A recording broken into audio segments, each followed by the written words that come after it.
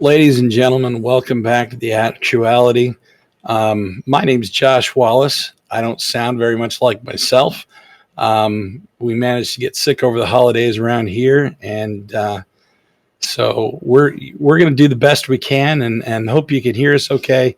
It's good to be back. I've got most of my cast here. One's down with some illness as well. We wish him the best, Kelton. But we're gonna go ahead and get going with the rest of us.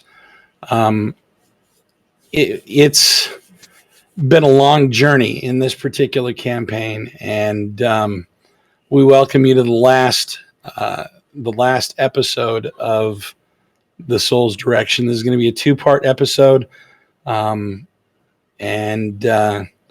we hope that it brings everything that you watched and everything that you have seen to a satisfying close for you, and that you've enjoyed the journey with us. So without further ado, let's go ahead and reintroduce our cast here, the ones that are here anyway. Chris, why don't you go ahead and get started? I'm Chris, or Synth. I'm playing as Sterling Price, an empath apostate who splinters into fragments at the slightest touch or a hint of despair. Excellent. Joanne?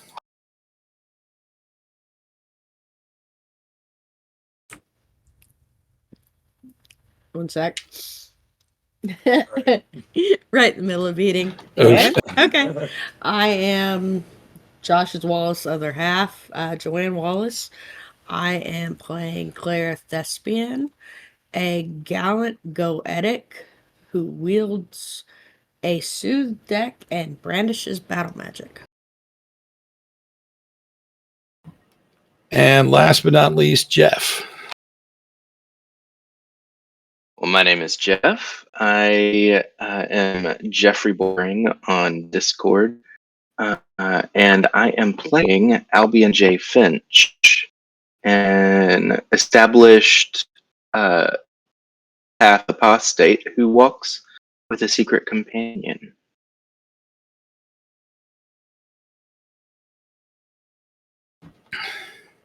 And a very handsome companion he is.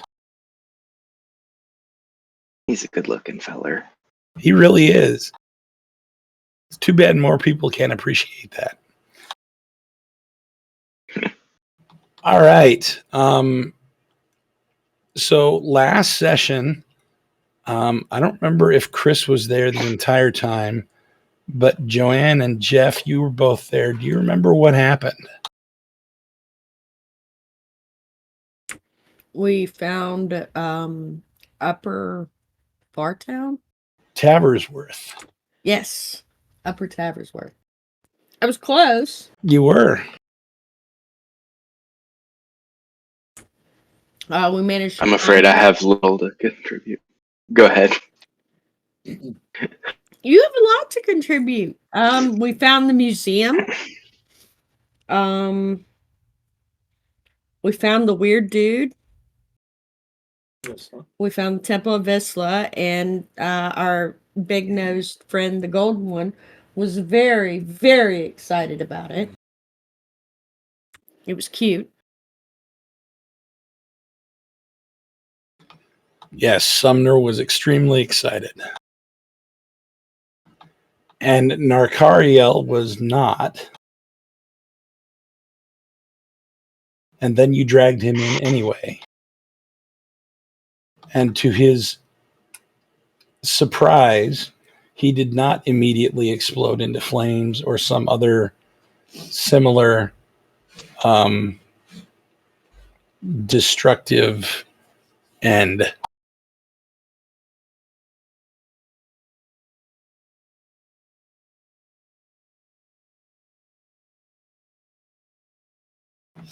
I told him he was a child of Vislae. I don't know why he didn't believe me. Well, the three of you, the four of you have been spending an awful lot of time sifting out truth from lies. What's to say that he wouldn't have had to do the same? He's my boy toy.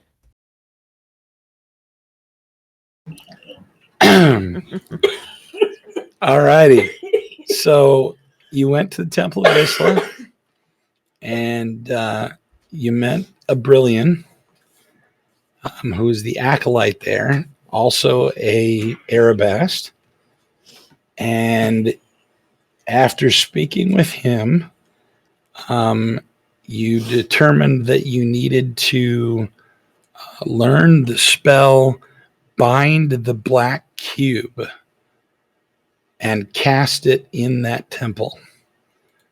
And in doing so, one of the options available to you was going back to discuss with another Arabast, one that had passed already. His name is Gabrian. And so you went back to the Order of Honed Thought. And Kreider Menace met you there and took you up to the library, and that's where we left off.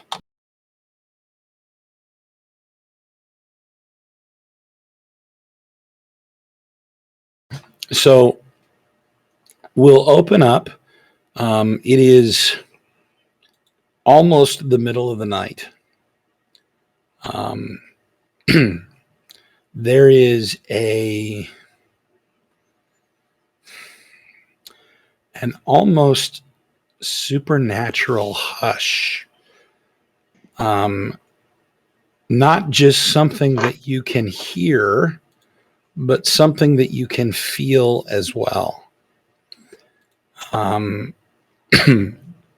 Many in your past lives, particularly in Shadow, would have called it the eye before the storm.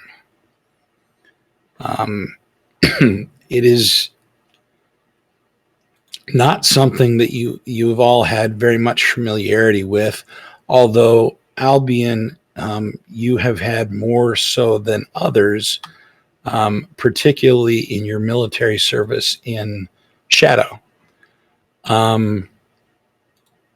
Before a mission, it often felt like this, but this is heavier than anything that you remember. Kreider opens the door, and typically when you have, if you recall, when you have met here before, it is just Gabrian, and he's been somewhat in hiding here. You open the door, and as you walk in, there is not just Gabriel, there are 17 people in the room. And you hear a startled gasp from Kreider, and she immediately sinks to her knees. My lords, why are you all here?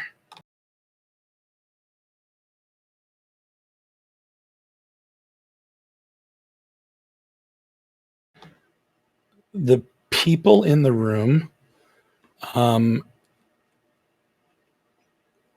about a third of them are ghosts, as Gabriel is, and the rest of them are a mix of what look to be Vislae and what are probably Arabast. You look and you can see, you've noticed in each of your encounters with the Arabast, the eyes give it away. There's a deep wisdom there, a depth that most people just don't have because of how old they are and because of what they've seen. And then there is one thought form.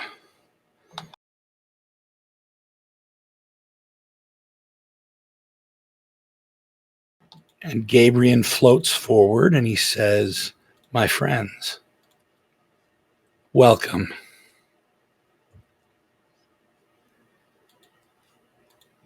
We've been Who's the waiting. company? We've been waiting for this moment for a very long time. These are my brother knights.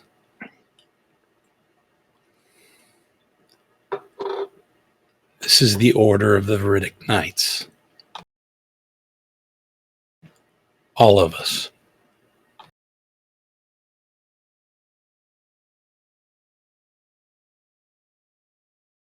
We've come to see if you can help us find a spell." You seek to speak with her. We do. We can help you. Well, that is good to hear.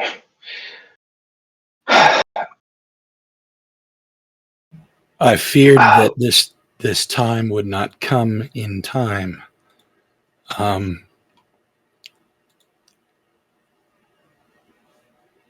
Tonight, Satyrine will finally be at war once more with itself. Civil war? Civil war. No. No, the people. There are too many people in this city. They've already suffered. Is there no way to stop it? You must complete your journey. You must finish what you started. Only then can we have the tools that we need to ensure that this war is the last.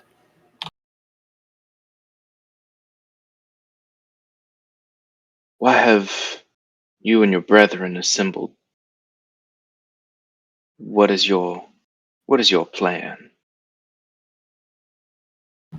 We are here both to teach and to protect. Protecting is good. Claire,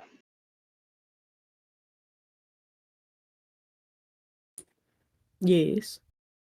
have you taken your study pills? I know how important they are for you. Yes. Keep you focused. Excellent. We are ready. We We're need as ready as we'll ever be. We need what? we need our spell. Yeah. Several of the live members of the Viridic Knights step forward and gather you to what looks to have been a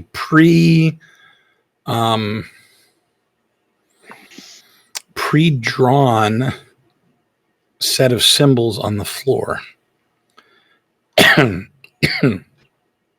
they stand you at three different points, you and Sterling and Claire. And then the 17 of them scatter themselves at other points that have been drawn throughout the room. if the three of you would make a intellect check for me.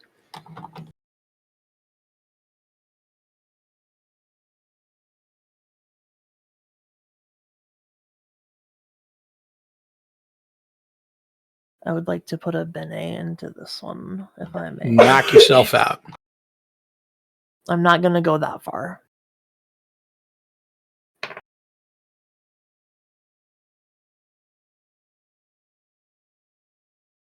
That is a 9 before adding the Bene.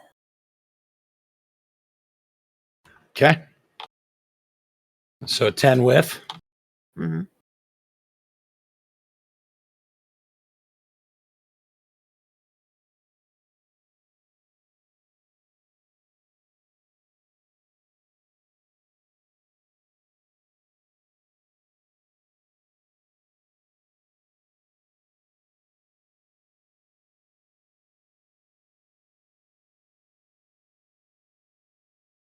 Joanne's grabbing her dice.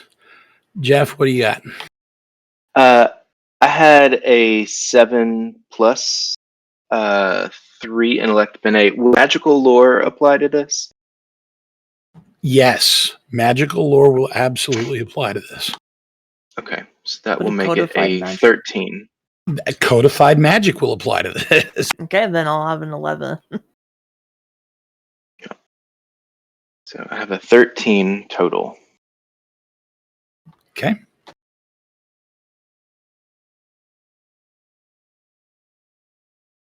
Let's see if I can scrounge up the rest of my Vislae dice.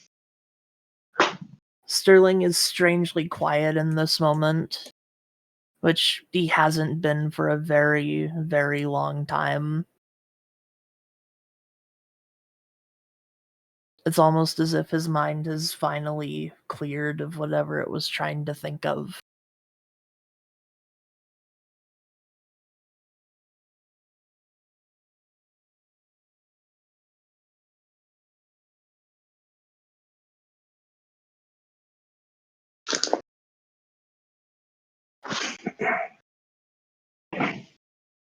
Perhaps whatever this is the piece that was missing.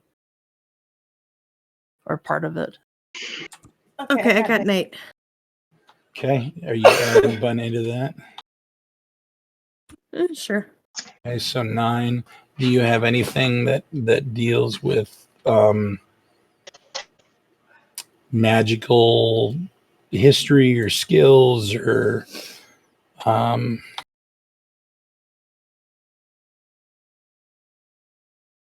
Dangerous secrets? no? I think you're Get good. in there. So 9 is the minimum. All 3 of you. The symbols on the floor where they stand, you see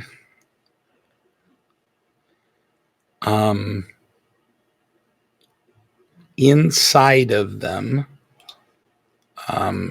the symbols of each sun, its night side, and then Gabriel himself is standing on the symbol for the invisible sun.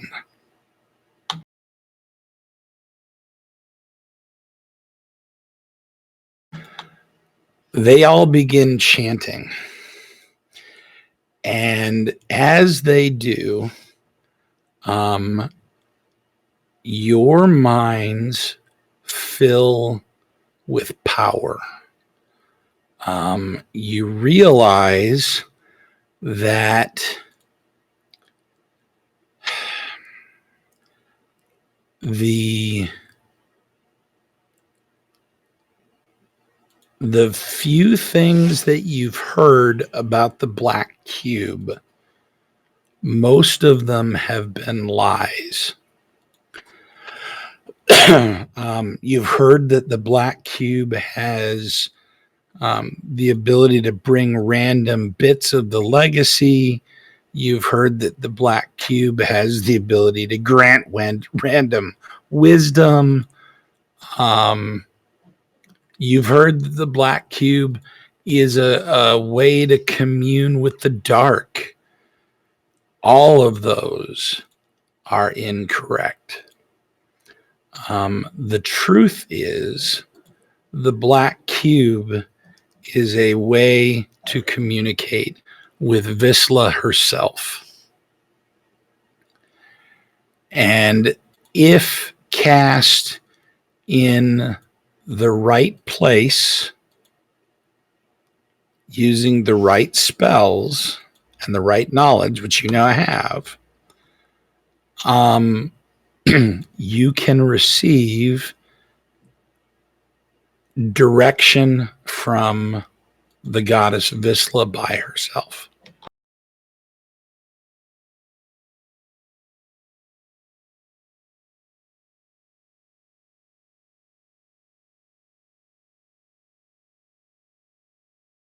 So, as this spell is being learned as a ritual rather than an individual casting, I'm going to go ahead and allow you to combine the spend for the cost of learning the spell, which is 14 acumen,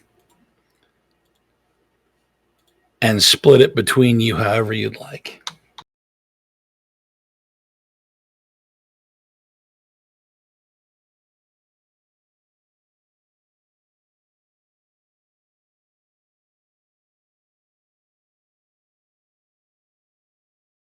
I can throw up to 5 towards it.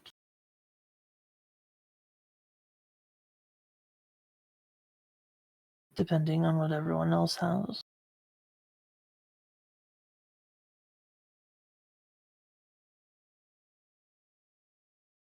Yeah, I can do 5 as well. I can finish it off. All right. You have learned the ritual bind the black cube.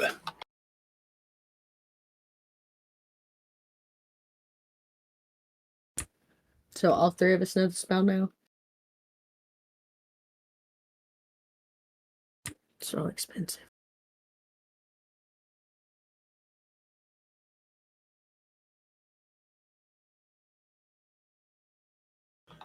As they finish this casting that they're doing, this transfer of knowledge, you look and you see them all tired.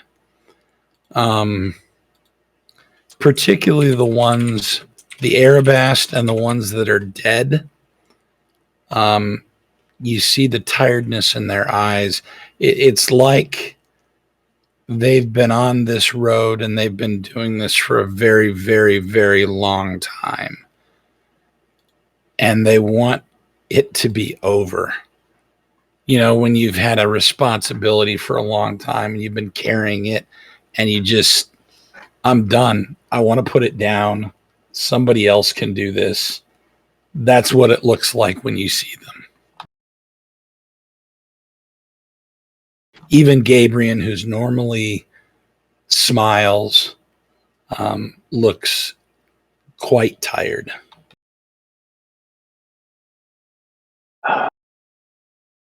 Fellow children of Vislae, I sure do appreciate you helping us out like this.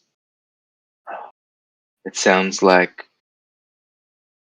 perhaps by the end of the night we will have seen the beginning of a resolution to this conflict. It's not over yet, but yes, that is our hope as well. We must depart. We must go to the temple. And We will meet you there. very well. Thank you for this, and we will see you.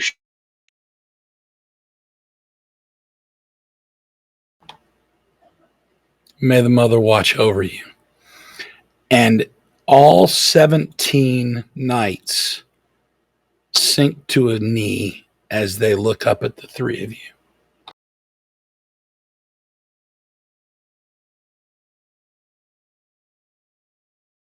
Their hands over their hearts, their heads bowed. Turn to take my leave.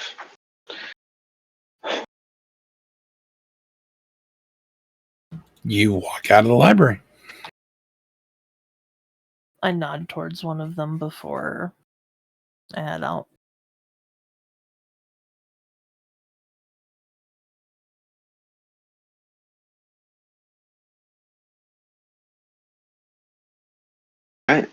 I suppose when we get outside, we should make haste to return to the temple. Yep.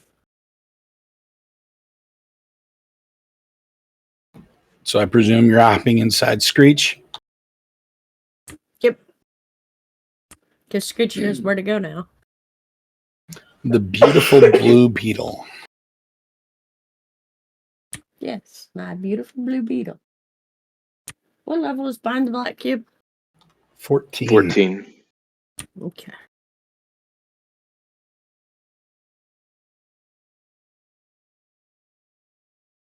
Let's wait. All right, let's go kick this pig. You leave. And as you drive back towards Upper Towersworth,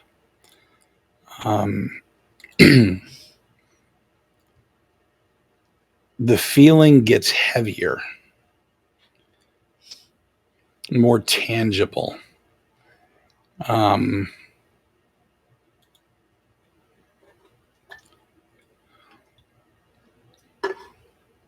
Claire, you in particular notice that Sumner is very, very quiet.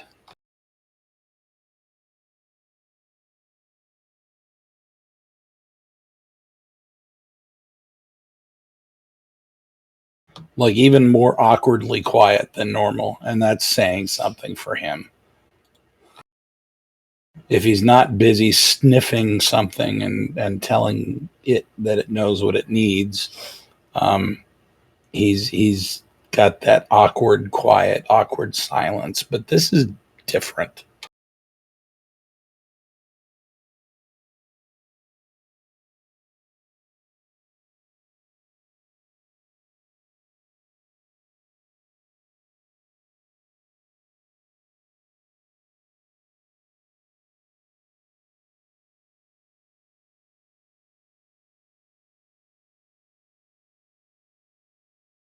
Narcariel is hanging close to you.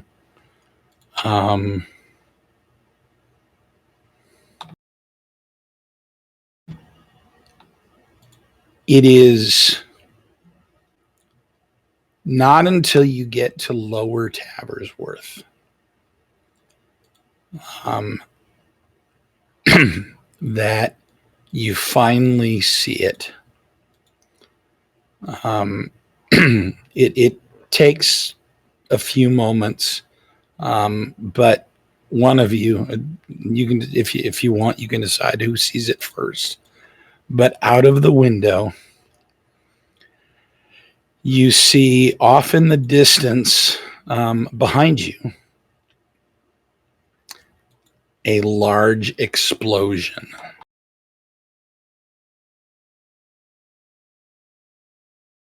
Kind of a combination explosion and like a one of those multicolor fireworks displays like you'd see in the 4th of July. It's easily 50 miles away, 25 miles away, something like that. I mean, it's not anywhere close to you, but it fills up the window of the car as you're driving away. And then another. And then another.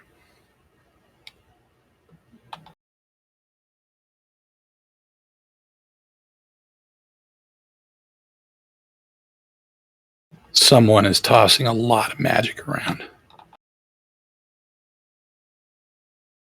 Must go faster. Sounds like our cue to move on. Yeah, I cast several spells on myself as we are heading toward the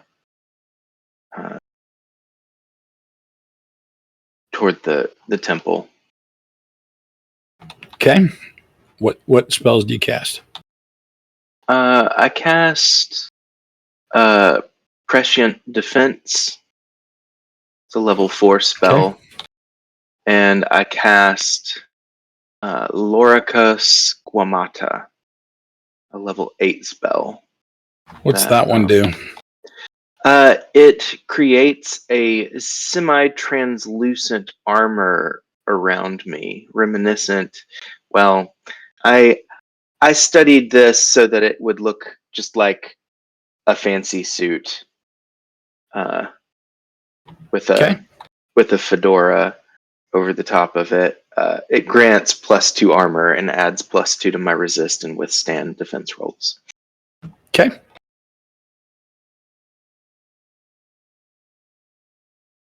You pull into Upper Taversworth, and what you remember were thought forms and Elder Bryn, in particular, and a few Vislae, wandering around freely. The entire district that you can see seems to be empty, like everyone's gone.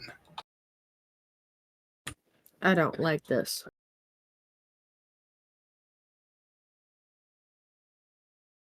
Are you heading straight to the temple, or are you looking around? Or I'm gonna be keeping watch, but screeching straight for the temple.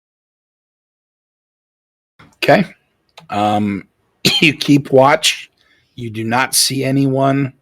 You do not see anyone. You get close to the temple, and then when the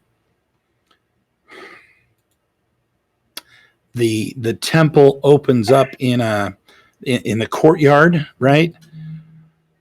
That's when you see them.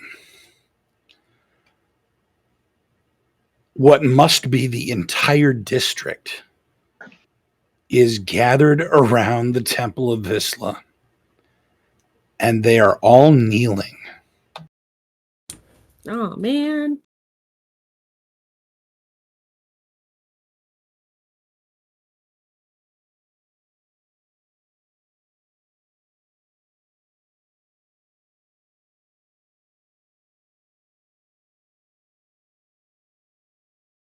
I don't like this at all. Are they facing toward the temple or toward us? Towards the temple. Okay.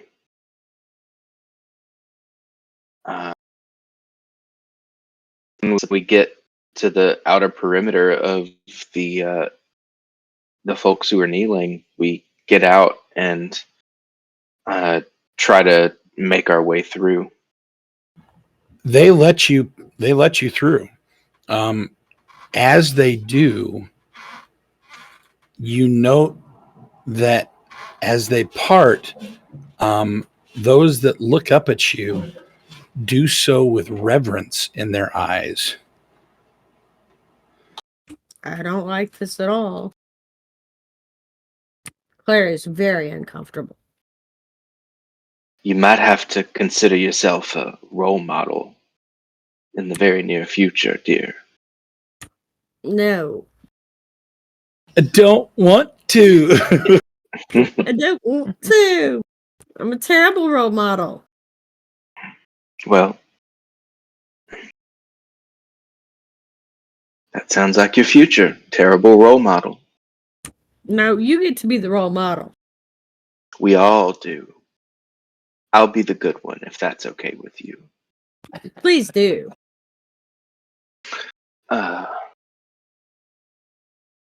Let's go inside. It takes you a few minutes to get through the crowd, but you eventually get inside. As you're walking through the crowd, Sterling, there's a small Elderbryn child. He's maybe 3, maybe 4 foot tall,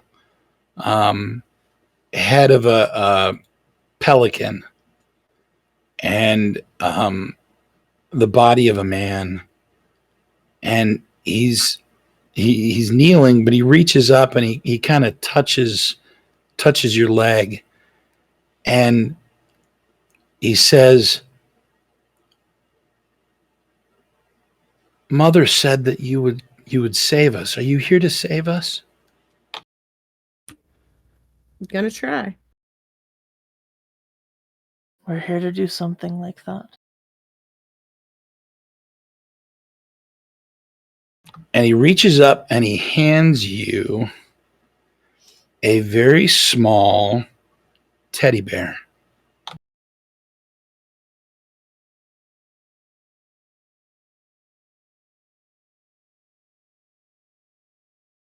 I'll hold For on luck. to it for a moment and look at him.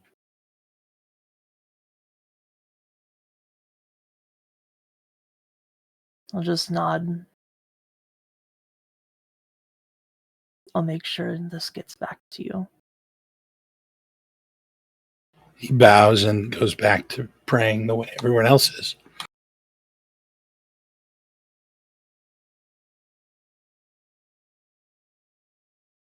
You enter the temple, and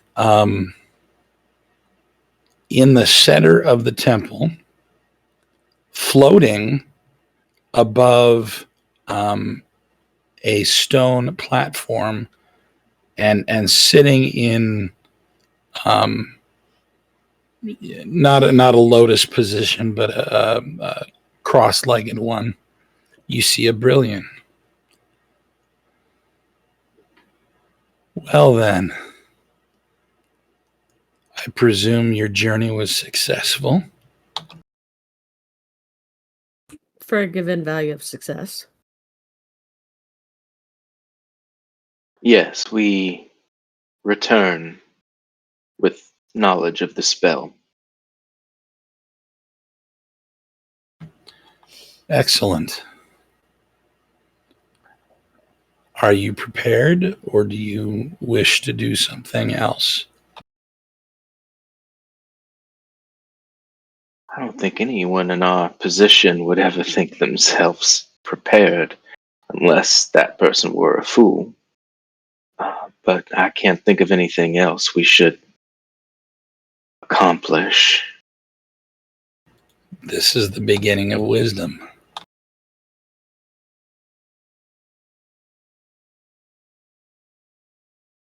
Friends, are you prepared?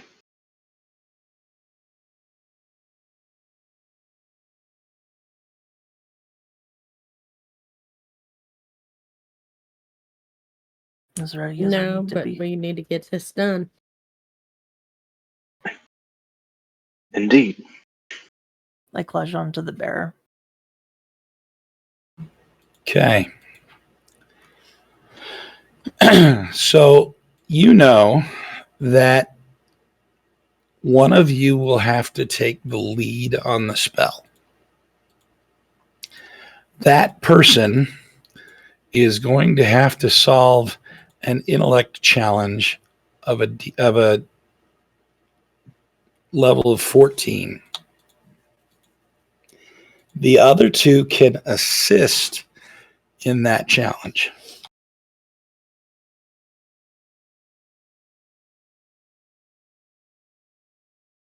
I'm probably I'm probably able to handle this if the two of you can assist with the casting.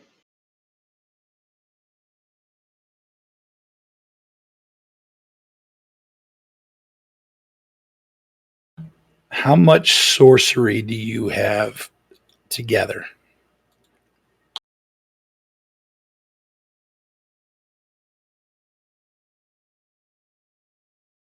Claire,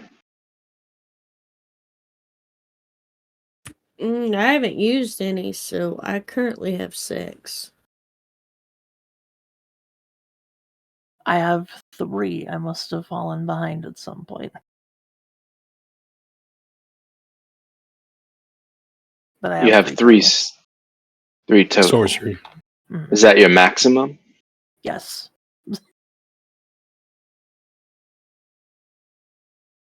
Jeff, what do you got? Well, I keep 15 sorcery laying around for, using magic because Rainy Vislae days. stuff. All right. So here in this temple, the spell Bind the Black Cube you can cast at half cost. So it is only 7 sorcery to do that. What's going to happen? Claire and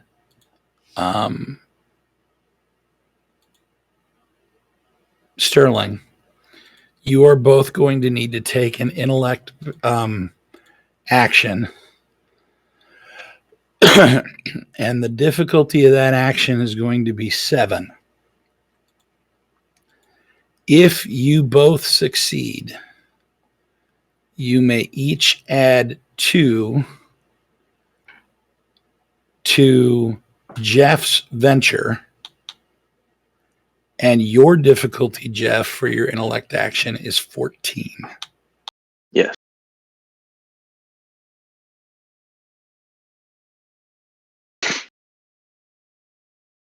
Okay, let's see. When I get,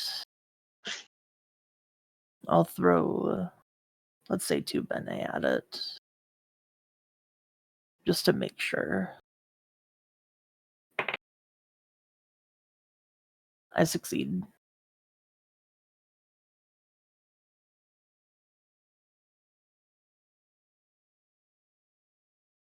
All right, so both of you succeed. So that's 4 to your venture, Jeff. Okay. All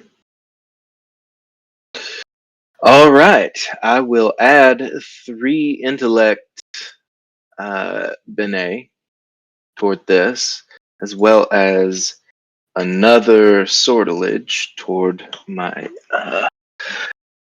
puzzle brain. And I will also add a hidden knowledge. Tell me about the hidden knowledge. I have been just as a curiosity since I came back different.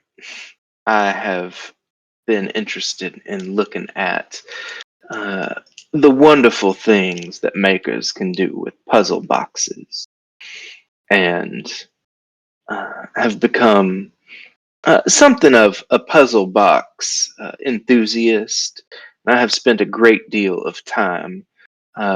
Many makers model their puzzle boxes after the stories of the Black Cube. So just a lot of the lore or a lot of the information that I've read up on, and the puzzle boxes that I've interacted with have been based on specifically the lore about the Black Cube.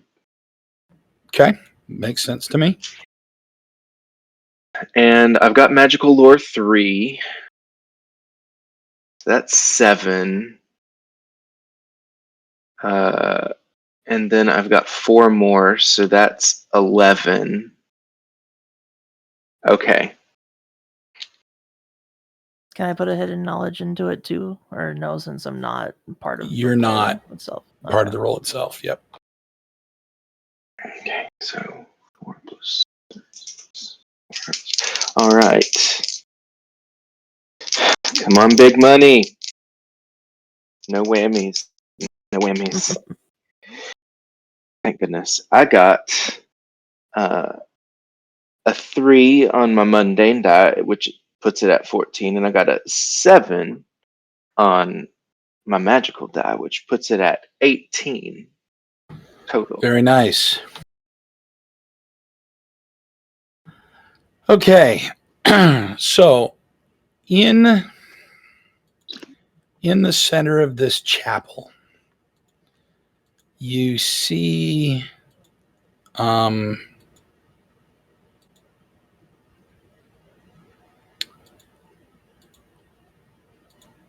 a a burst of light at the ceiling. And when I say a burst of light, I'm not talking about like an explosion or like a bright white light or anything like that. What I mean is every color of the rainbow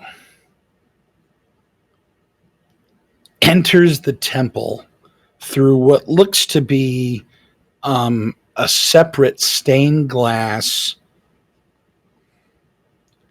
keyhole shaped window. And the light arcs together to become white. Because when you add all the colors of the rainbow together, you get white light. That light then descends in between the three of you, and you see forming out of nothing a cube made entirely of black.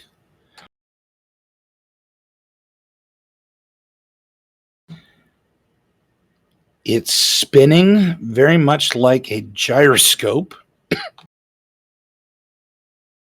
around and over itself and things like that. And eventually it settles down to where it's spinning on one corner, one axis, and then slowly stops and unfolds itself towards you, Jeff.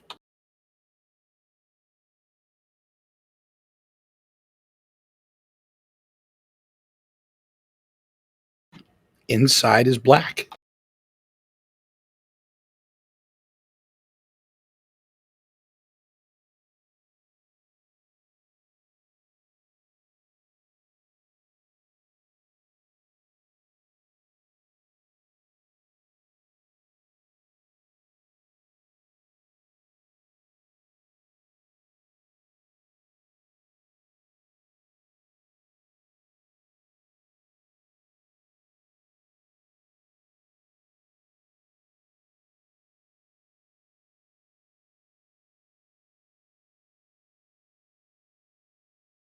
What would you like to do? Hear me? Do now.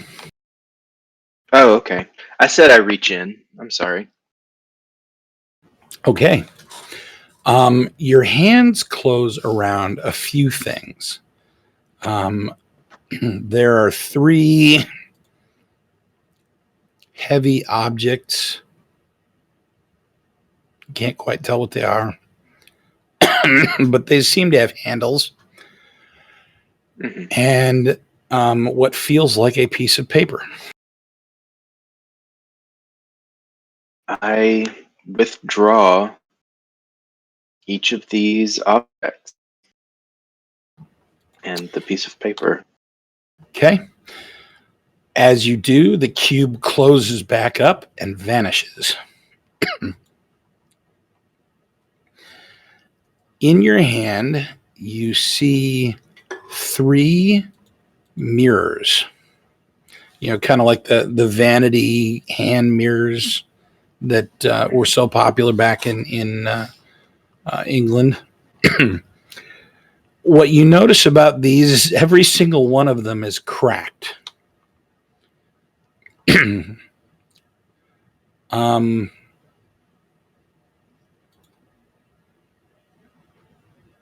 Make a intellect check.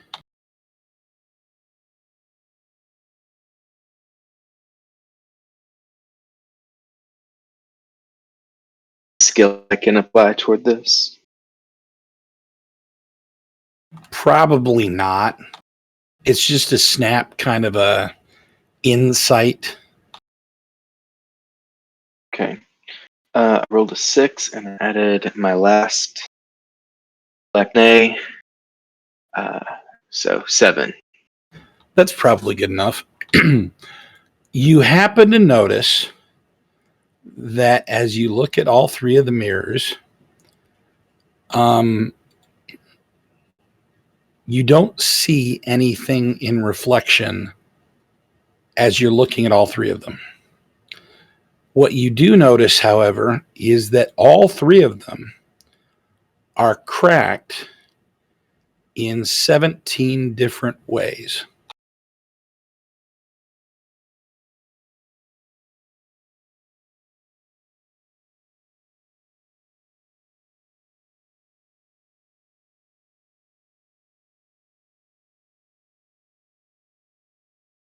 You are not coming through. What's happening? Is there anything on the paper? Yes.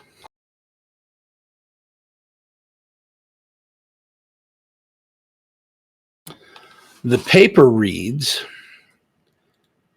I am so proud of what you have accomplished, what you have seen, what you have learned. My love for each of you knows no bounds.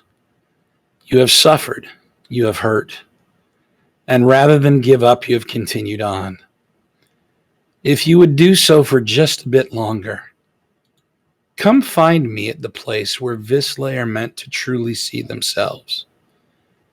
If you enter with all the pieces of your soul, it will be able to heal itself and find its true direction.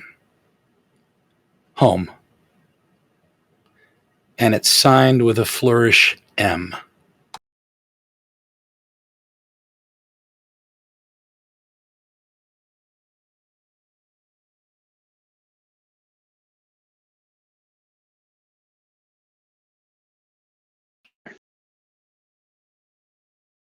And I dropped that in the in-game chat.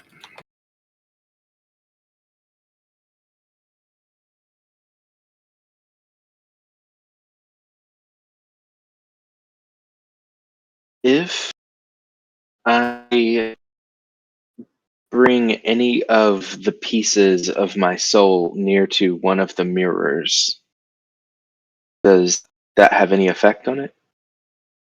Actually, it does. One of them seems to pulse in time with your heartbeat. I keep that mirror. Okay.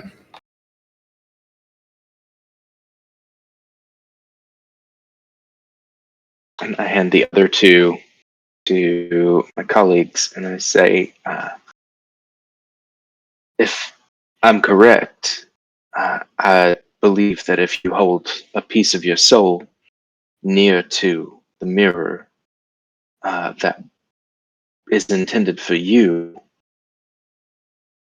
you will have some kind of reaction.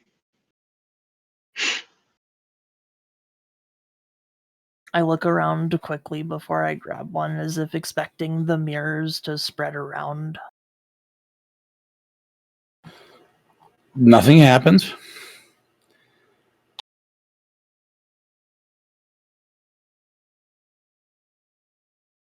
The temple is not suddenly full of mirrors. Mhm.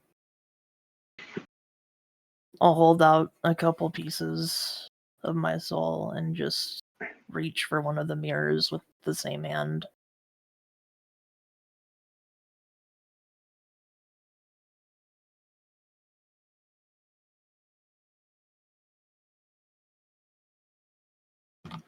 Nothing happens. Hmm.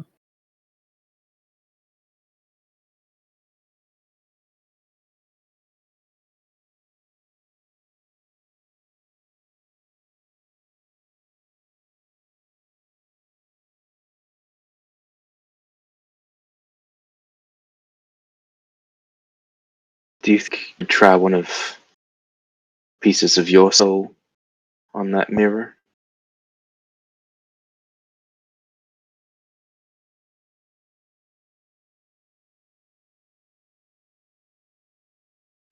Yeah, I start investigating the mirrors. Too.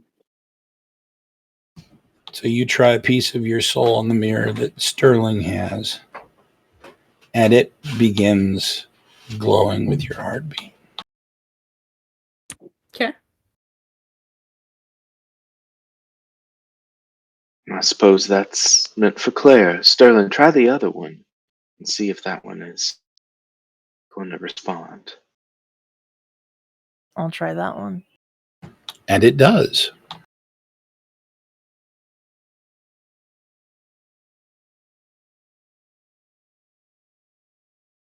Okay, so we have cracked mirrors. Notice each of these is cracked into 17 different pieces.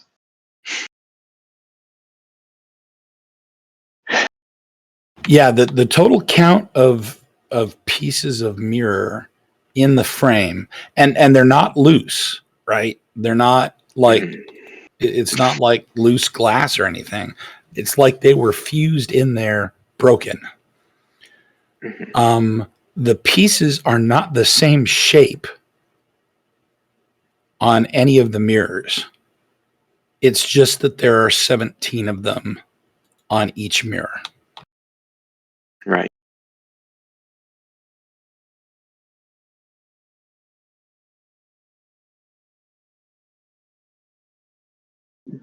Do any of you know what museum this note might be referring to? There's only one I can think of. Museum of Natural History. I knew it.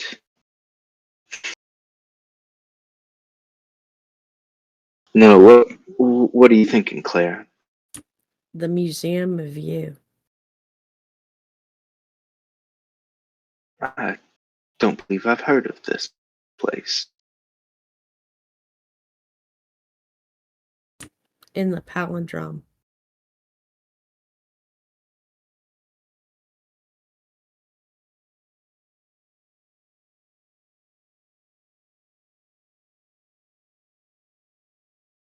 I Well, suggest we don't stand here and wait. agreed. Let's get moving. Are any of you looking at the mirrors now? Yes. I'm looking at the cracks in the mirror, as if that's where I expect to see myself. Okay. Those of you that are looking at yourselves in the mirror, you see 17 different reflections of your eyes. Where is Narcorio during all this? He's kind of off to the side. He has no idea what he's doing. He's just there with you.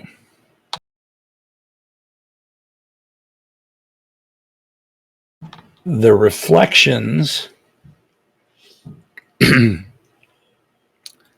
are not of the expression that you have on your face right now.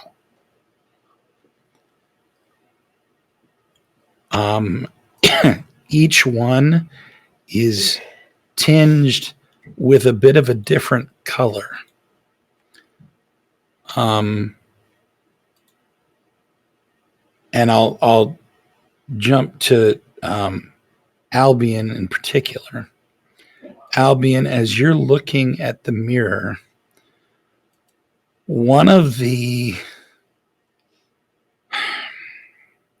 reflections seems to draw your attention the most. And it's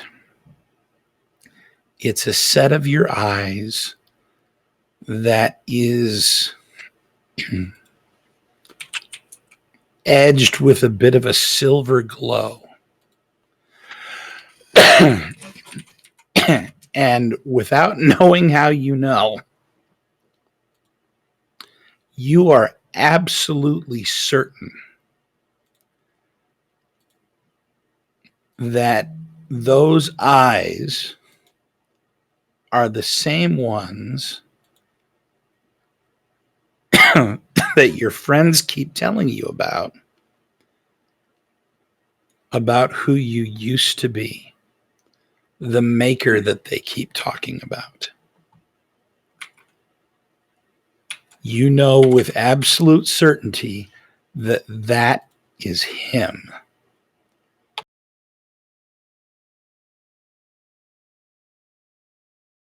Okay. I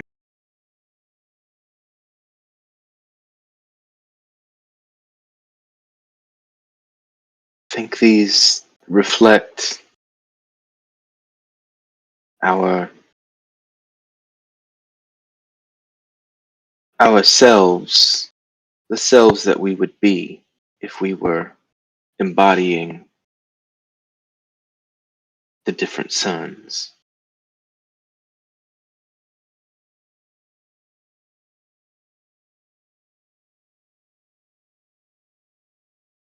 Fabian gets looked up and says, I think we need to go.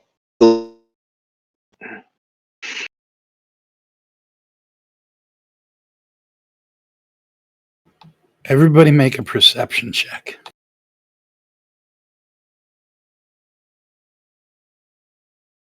Nine. 6.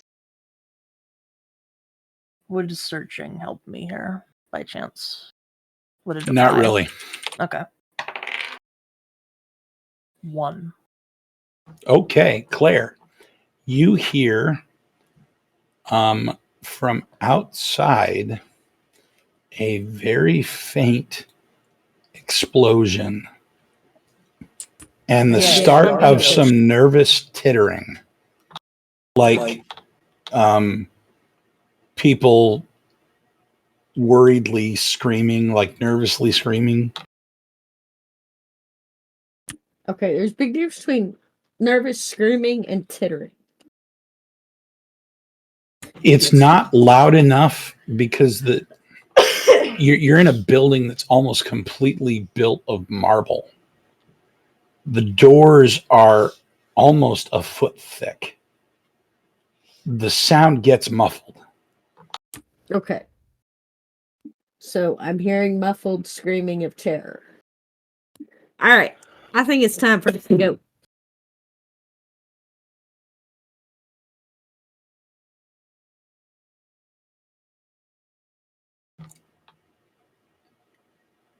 As you leave, or as you head towards the door, Get ready for going into a fight. a Brillian says, "May the lady walk with you. I hope you are successful." You and me both, buddy. You and me both. You open the door, and the explosion is no longer muffled. You can see it off in the distance.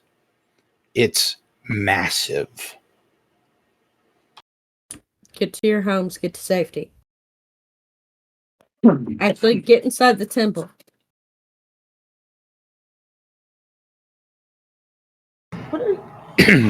and they all get inside the temple.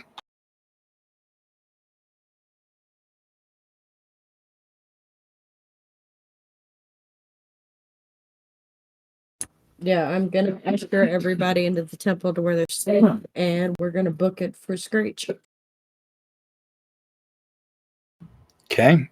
As the area just outside the temple clears, you see the 17 Veridic Knights. And also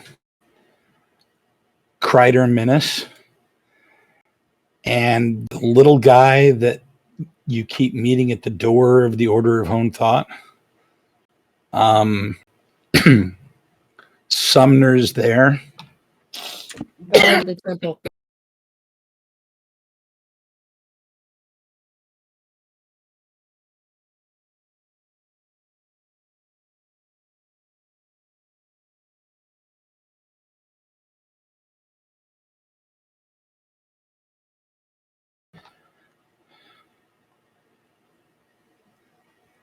I believe we are to go with you.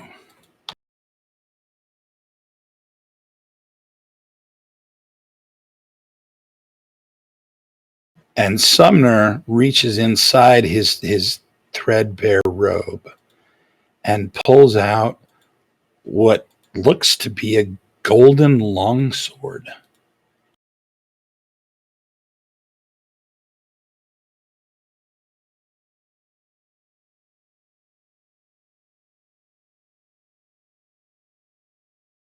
Are we all going to fit in the car? No, yeah, well, I'll fit in the car. Remember, it's the Doctor Who telephone booth. That is true. Sumner, what is this sword that you've drawn out?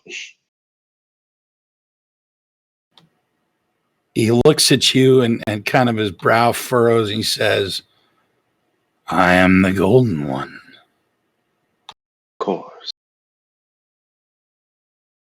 Golden one with a golden sword.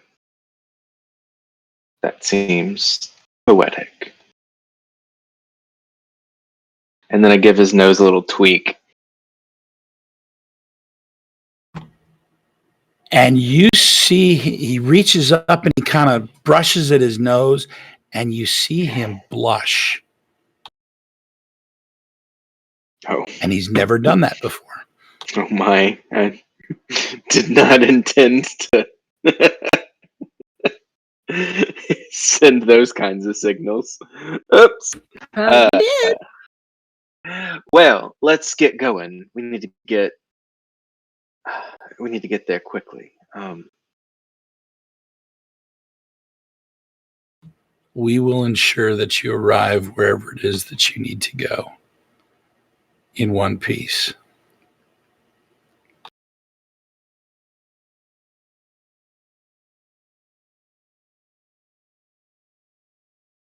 I only hope that's enough.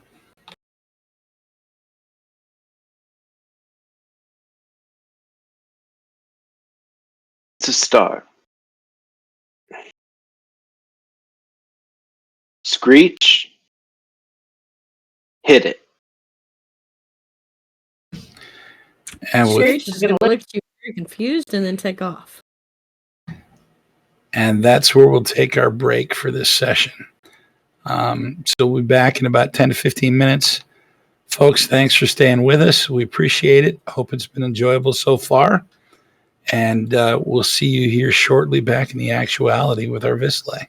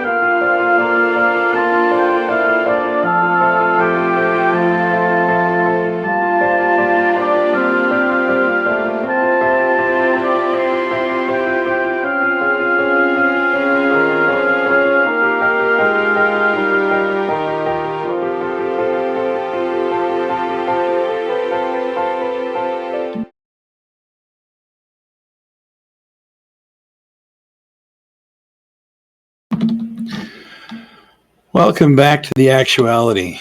I'm your host, Josh Wallace, and we welcome you back after our short break. We have a lot of abnormal activity in The Actuality this evening, explosions and such. And so our friends are going to the palindrome, to the Museum of You, to see what they can do about that. And we are going to pull a card as we get into this next section of the story.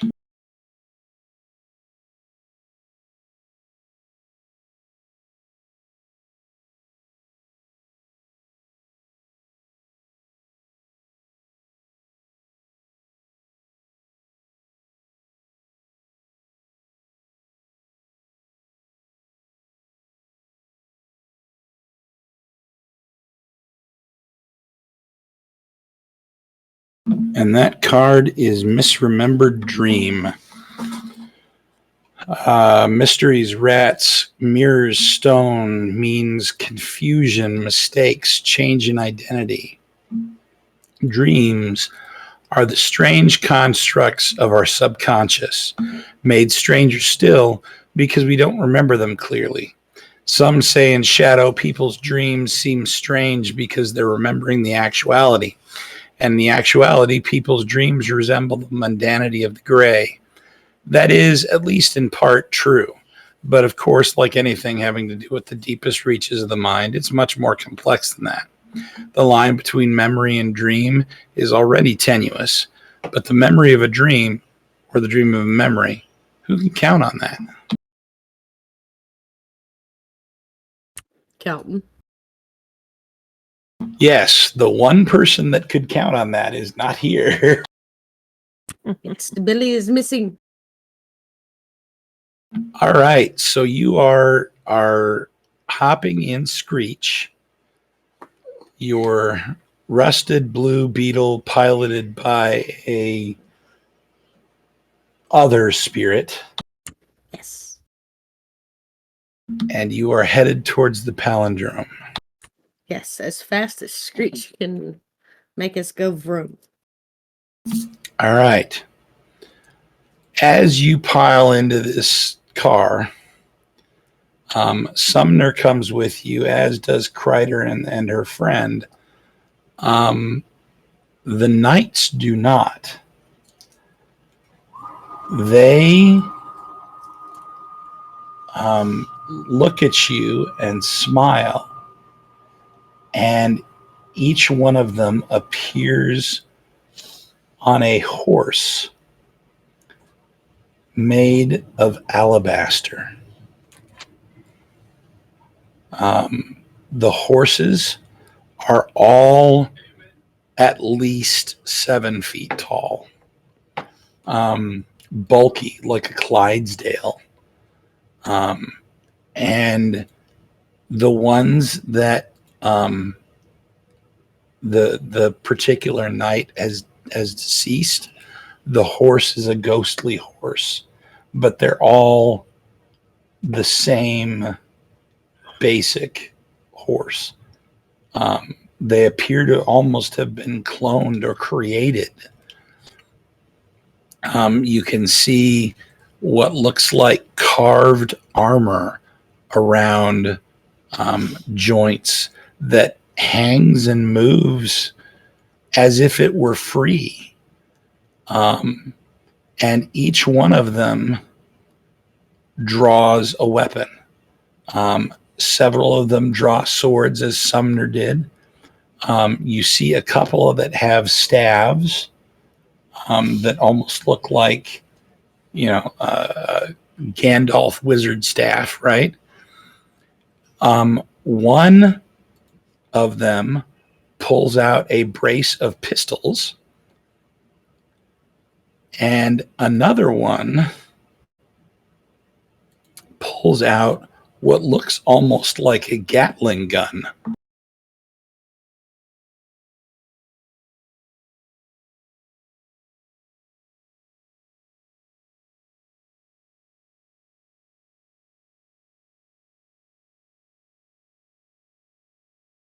I think they're prepared for war. Someone came ready.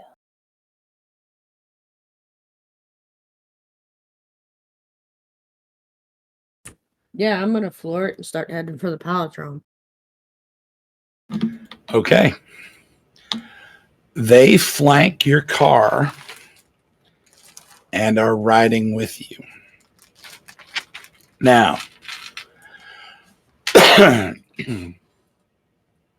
as you're driving, the moment you leave Upper Taversworth, you see a fog start rising out of the ground in front of you.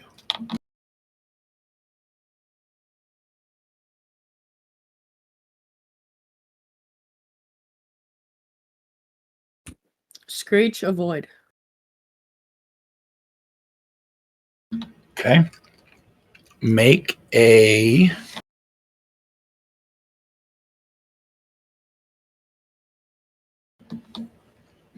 movement check for Screech.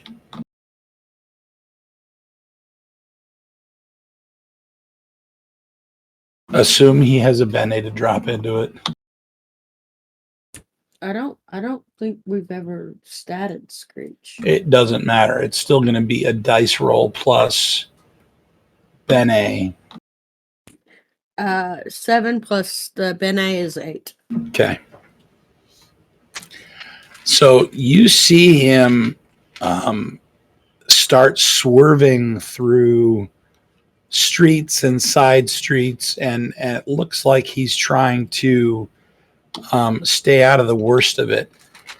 It is not something he's going to be able to avoid entirely, but he seems to be doing a fairly decent job at the moment.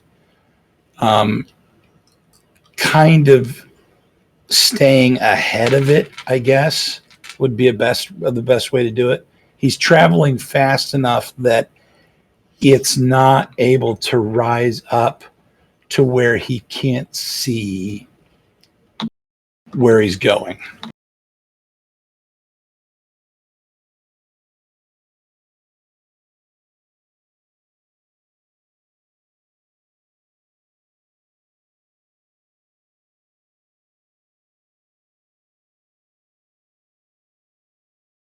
But if anything really slowed you down, that would change. All right. Time to fix this problem. Okay, what are you going to do? I am going to focus, cast my spirit into the wind, and summon forth wings for Screech. We're going to make it so Screech can fly. A little. He's not going to be able to soar through the clouds or anything, but he'll be able to fly a few feet above the ground. Okay. All right. And it's more I'm putting wings on the car than Screech. I can understand that. So yeah, I'm summoning from the elemental air and slapping wings on it on the car.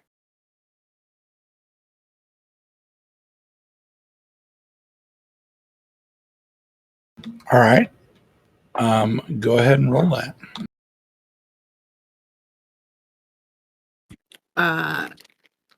I'm gonna throw a Bene at it and of my sorcery and a bunch of sorcery. Oh yeah, I gotta roll that dice too. Hold on.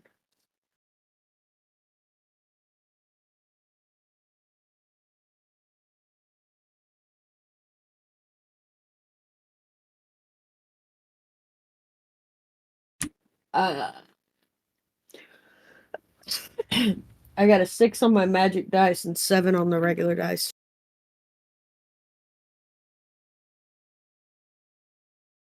All right. So everybody in the car, you feel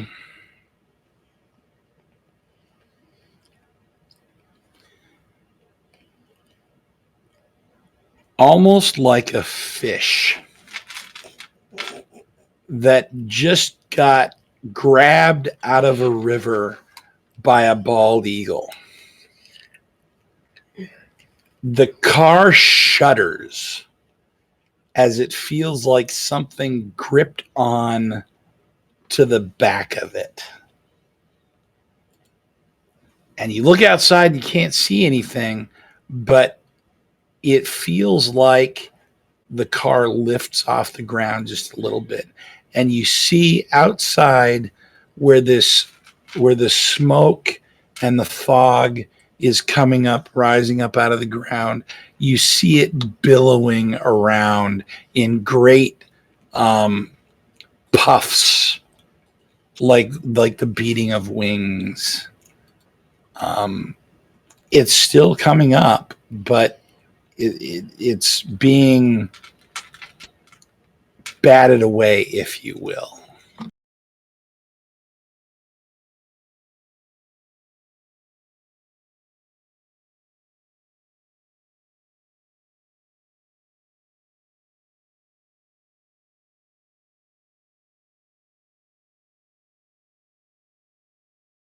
Is our path still clear? At the moment, your path is still clear. Sweet.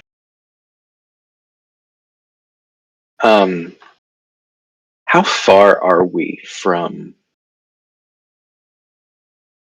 our destination? You've got a good, if nothing at all stops you, you've probably got a good hour and a half.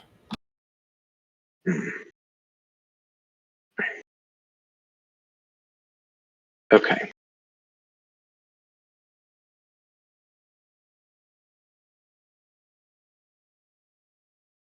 I would like to spend some time with the mirror. And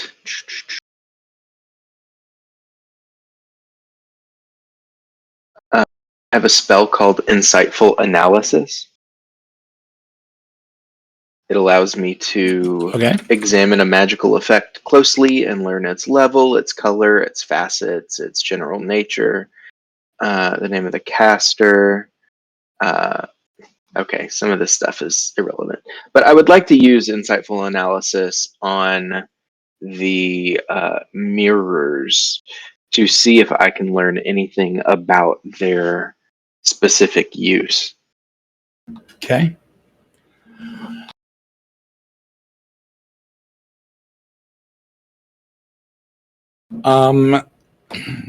Go ahead and make a sorcery check to see.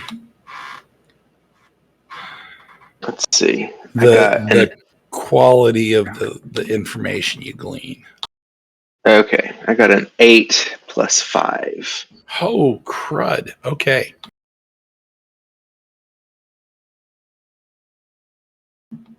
If you had to guess and realize that you're trying to peer into the minds and motives of a god or goddess in this case, your guess would be that this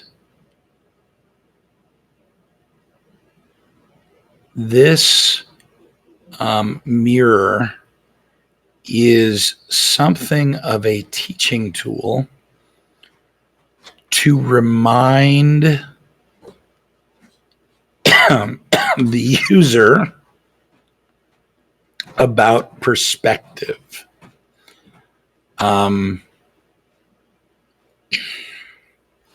let's see here. A while ago, Billy learned something, and I believe he shared it with everybody about the nature of the actuality and how the suns are not different locations, but they're different perspectives on the same location. Do you remember that?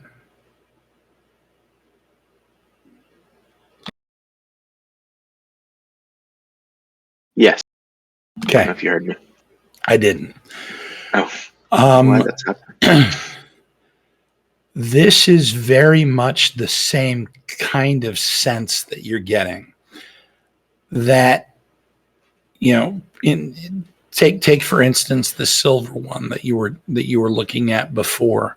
That you just know is the maker Albion, right?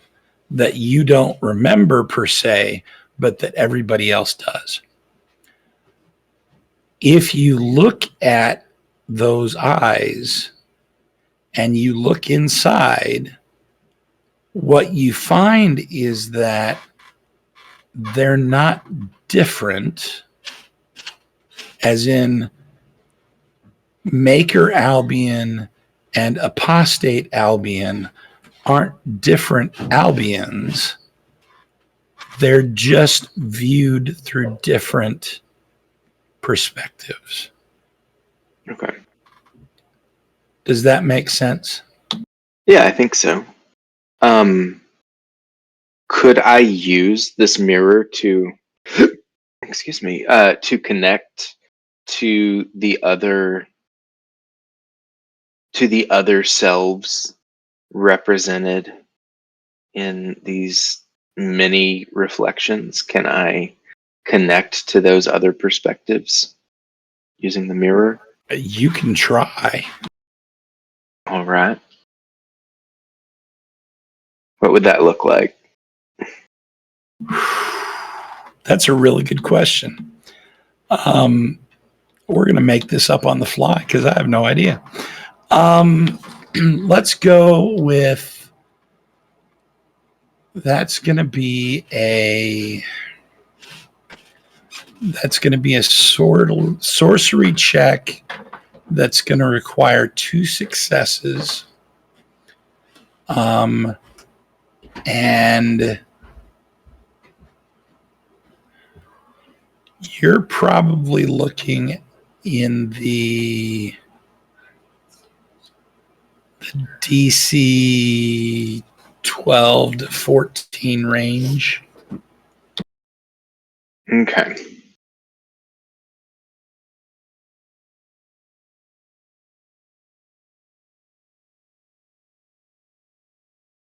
Would magical lore help me on this? Sure. Cool.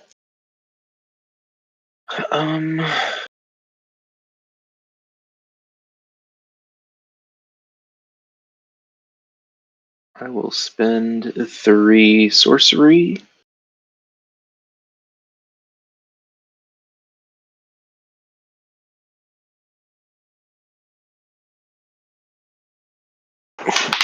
Shit. Excuse me. I just lost a die. Oh no. It was my mundane die. No. Okay. Well, I got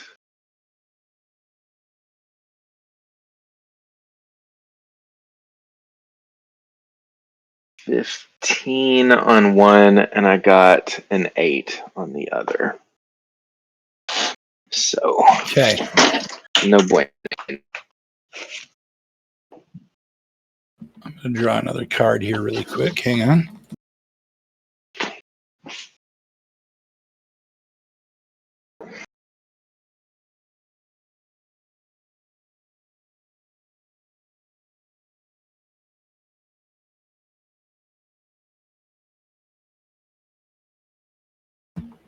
All right, the card is elusive sleep, vision, swans, blades, water, futility, worry, stress, awareness, hurts, meanings.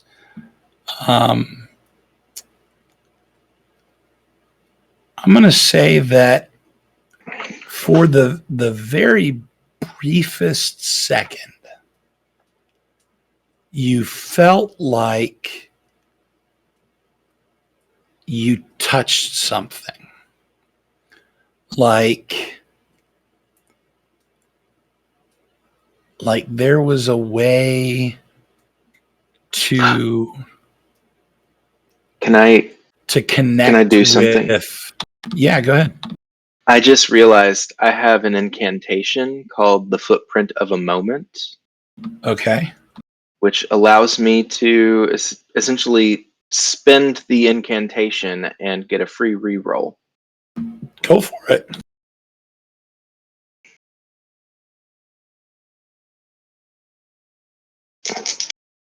I don't know that this will be better, It's another shot. but yeah, another shot. And why not? Okay. This is better. I rolled a 6 and a 7, which puts that at a 12 and a 13. All right, I'll take that. So you reach out and you kind of poke at the mirror and the reflections with your mind.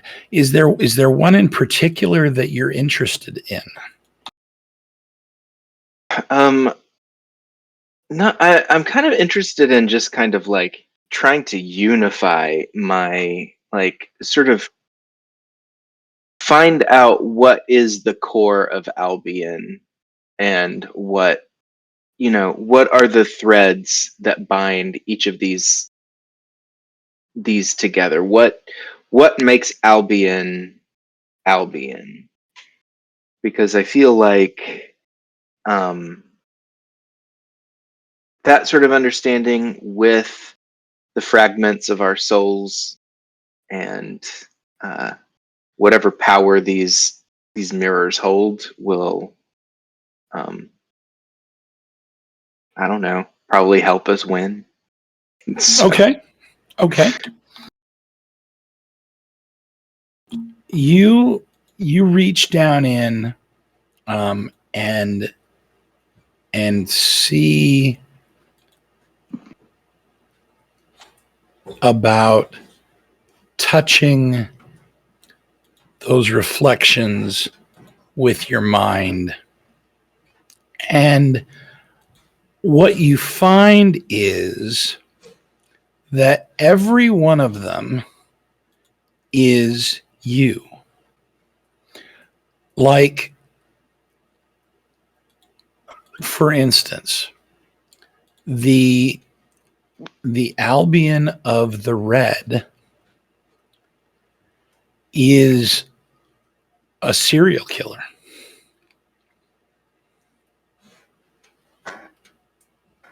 That's disturbing. It's someone that has put up with and is at the end of his rope, and the violence within him bursts forth like a volcano. And you're capable of that. But if you look at the apostate that you are, or if you listen to the stories of the maker that Albion was before, that's not Albion, right? He wasn't that way around people, but that's there. And so each of these pieces of what you see reflected, and each of these disparate pieces of your soul are you. And the importance of them all is that you understand that they're all a part of you, right? That even if you are capable of that violence as a committed pacifist, that doesn't make you bad. That just makes you you. That no matter what, choice always trumps. It's always what you choose to do with it. But nothing will ever be able to get rid of who you are. And you have to come to terms with that.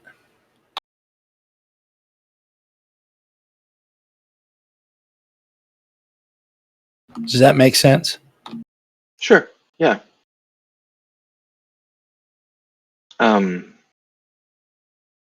Do I come away with this understanding how the mirror is intended to be used in the coming conflict?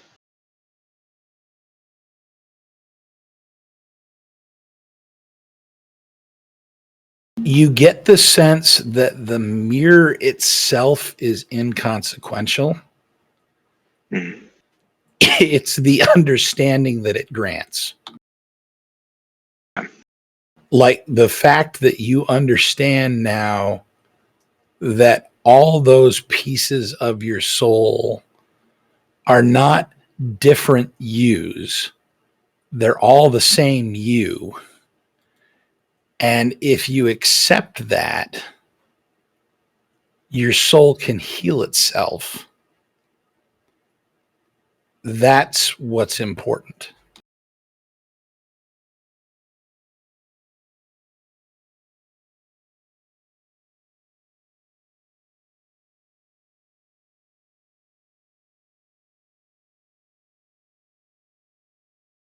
I will open a general discussion with my colleagues on the subject matter. I will voice my I'll voice my. I think that the mirror itself isn't what has the power that we're going to need, and I think that coming to terms with the pieces of ourselves that we might want to reject, and not necessarily embracing them, but accepting them, that they are a part of us, etc., is going to be um, part of the key to reforging our souls into one unified piece. Is that a reasonable takeaway? Yes, that is a reasonable takeaway. Okay. I've solved your mirror puzzle. Yes, you have. Cool. So I guess when we get to the I tell everyone, I think I mean, this is just a guess on my part, but I think that when we get there, we will have to find there must be something there that will allow us to reconjoin all of the pieces of ourselves, which makes sense. It's a museum of me and you and you. So yeah, okay. So that's what I spend my time doing on this. Okay. About 25 minutes after you do that, you get the feeling that things have gone remarkably well, and you haven't been stopped, you haven't lost your way among the fog, and it feels It feels too good to be true.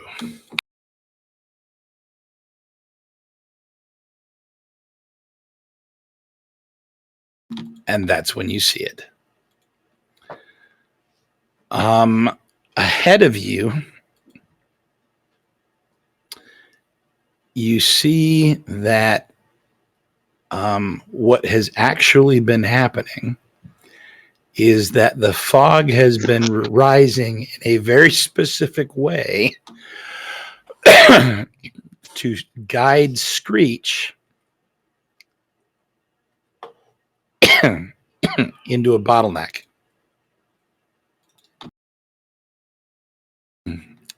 At the end of a street,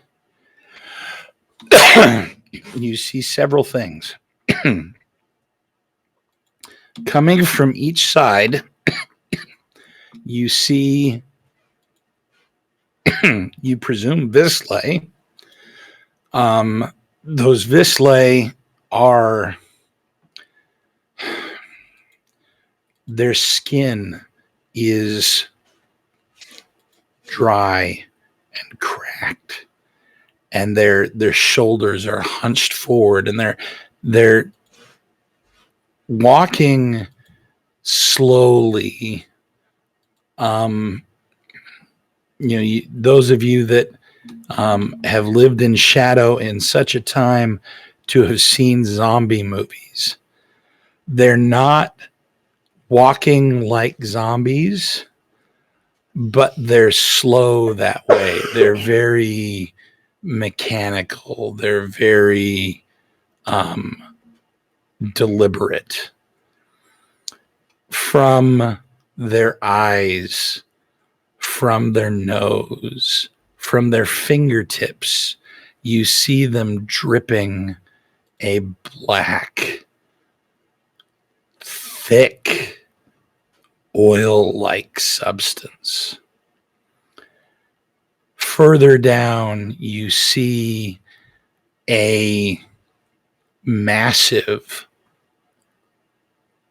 what looks to be chain that is slithering almost like a snake. And the chain, the links in the chain are probably a good inch thick of metal. On the end of the chain, where the head would be of a snake, you see a massive shackle. The old half pieces with the cotter pin and the lock at the end of it. It looks like that. And then next to that, you see vines. Dozens and dozens and dozens of vines crawling towards you from everywhere in that direction. And in the center of it all, you see the crow.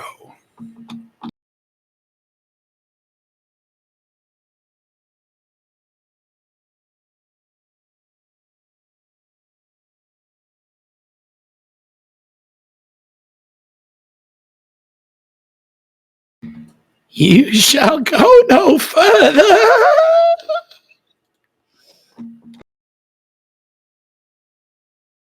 Her eyes are completely white.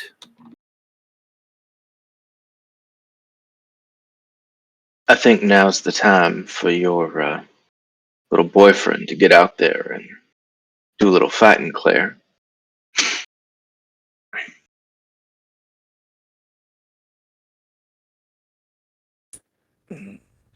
No, I think it's time for Angel to come out. I'm gonna drop.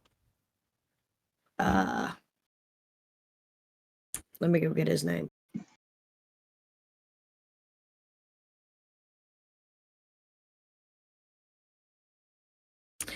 Demhana Angelo Asto gets dropped on top of crap.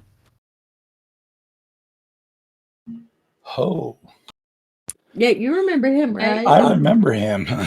The dude that I boosted and gave magical immunity to. Yeah, he's getting dropped right in front of her. Okay.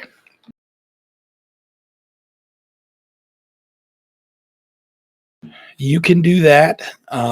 You see the 17 Veridic Knights surge forward, and they're attacked by these Vislae things. Most of them, anyway. The ones right in the front are headed towards whatever this chain-looking thing is, and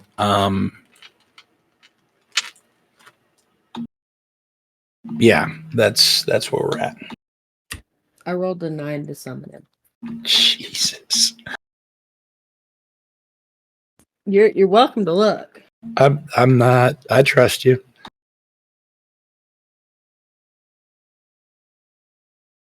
Can you say kaboom? All right. So as this battle starts, this massive demon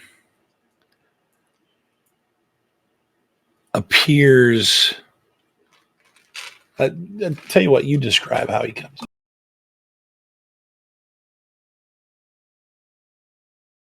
Why do you always wait till I have food in my mouth? How rude. I'm good that way. I don't know. For those of you who don't remember, Demhana is a massive horned demon with cow's feet that looks like a minotaur crossed with a satyr. And basically, he just kind of pops into view in front of Crow.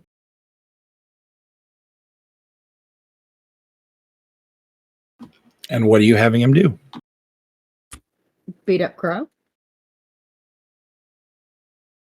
And since he's, immune to magic, yeah, this is going to get ugly real fast. All right. So you have a massive immune to magic demon beating up on poor Crow. He's just trying to knock her unconscious. Okay. The Vislae and the bulk of the Veridic Knights are engaged, and you see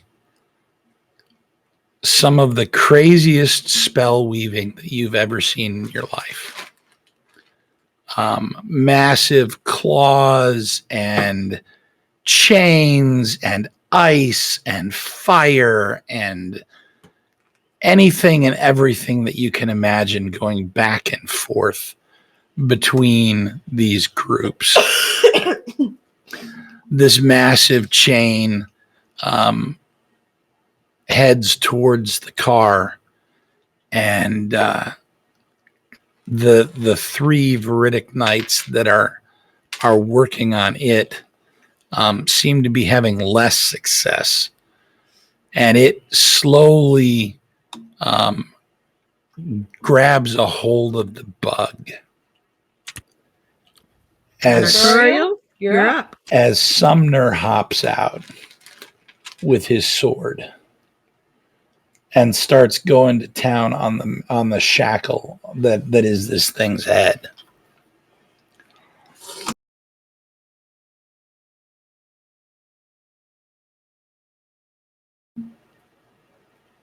The three of you make a perception check.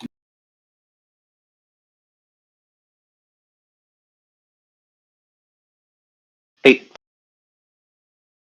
6. 8 after applying 1 bene. Both of you, Albion and Sterling, notice from behind now 4 Thaw walking out of the mist.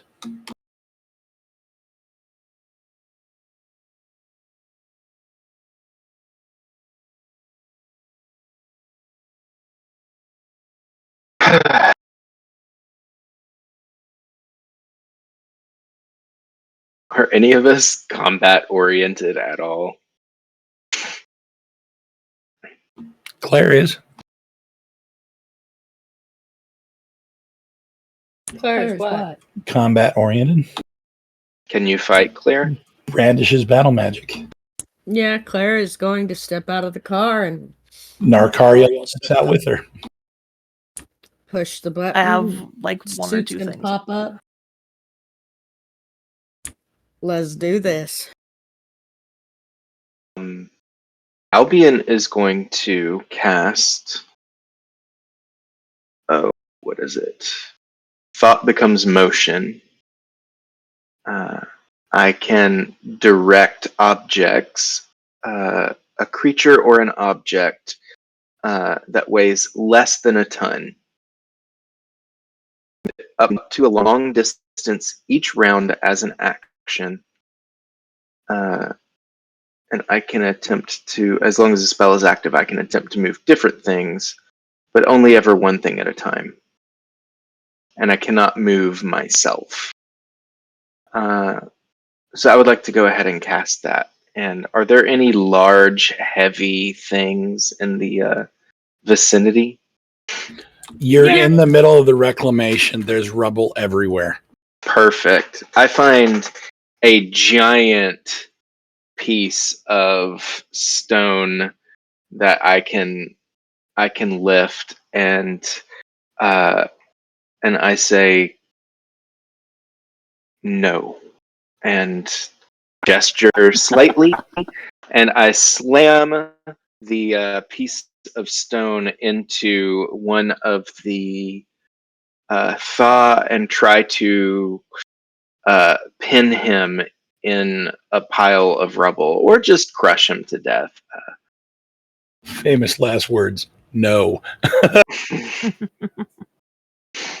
All right.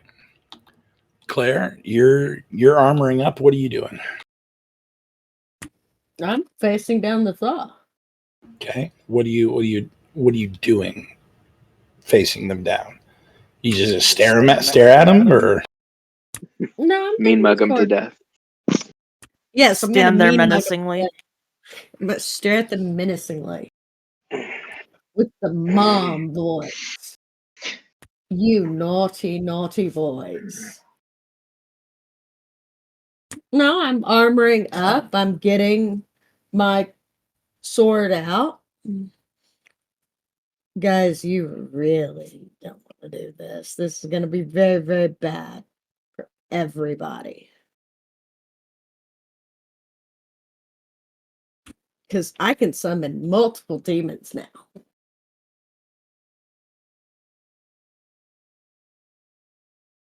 I can summon up to 3. okay.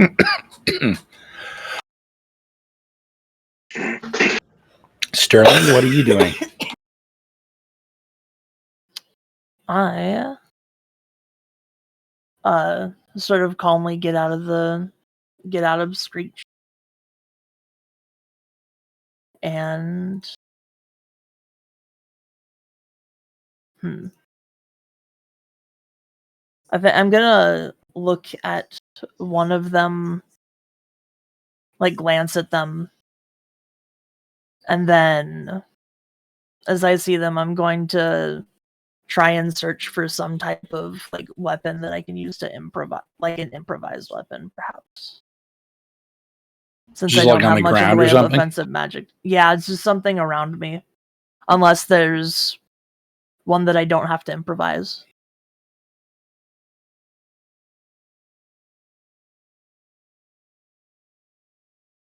Well, you said there's a piece of metal on the ground that you could use as a club of some sort. Okay. All right. So Jeff picks up a massive piece of rubble and flings it at one of the thaw. Go ahead and make an attack roll. I did. I got a 5 +4, and then a 1 +4. So Got a 9 and a 5. Okay. You fling this piece of rubble, and like a well-oiled machine, these 4 thaws scatter, diving out of the way. The stone shatters on the ground, and they all get back up, and you see the one closest to you, Claire. He flings a fireball from the palm of his hand at you.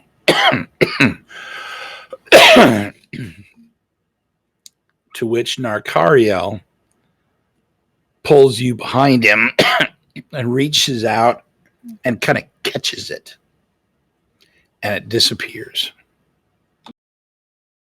And then he lets you back out from behind him.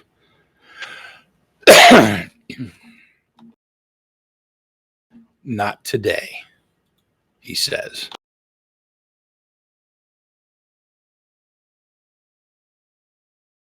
You will not have her.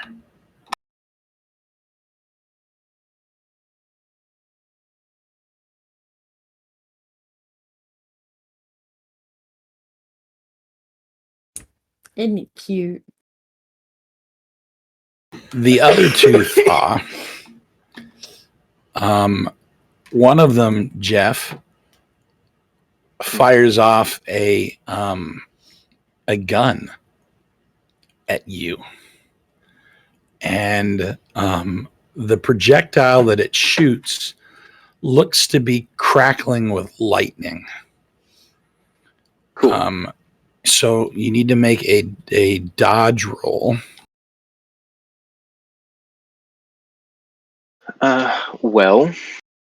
Fortunately, I used prescient defense, and You did.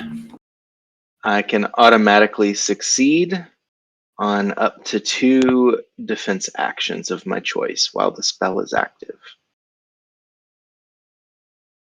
And so I just see this coming, and I step out of the way,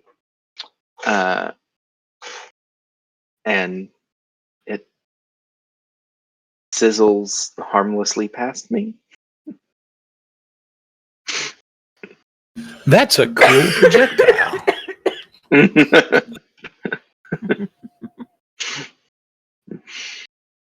Okay. Sterling, are you going to close with these guys? What are you going to do? It's a fantastic question.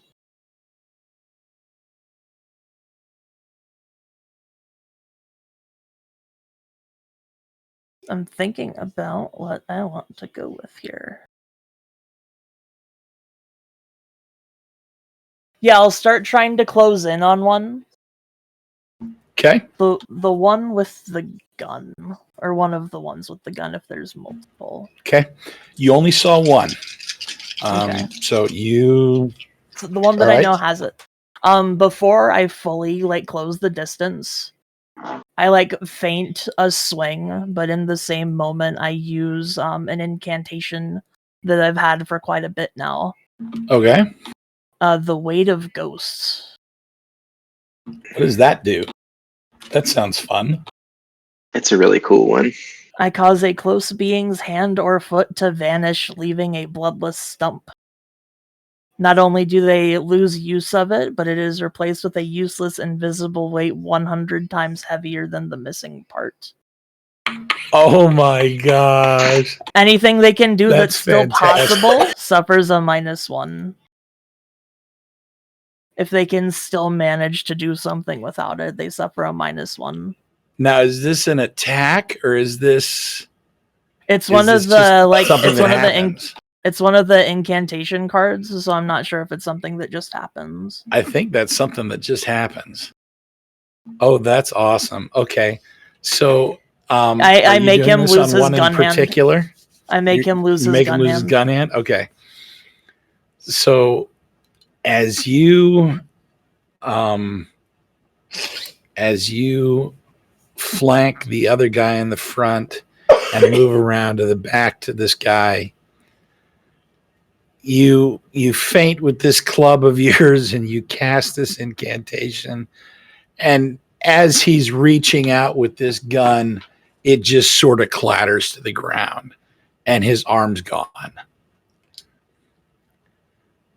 And he looks at it for the longest second, and you hear him growl, like actual pissed off growl. You should not have done that. Now I'm fixing to piss him off even more. Is it my turn? Is it my turn? No, other people have to go. So I'm gonna look at Albion and look at the gun.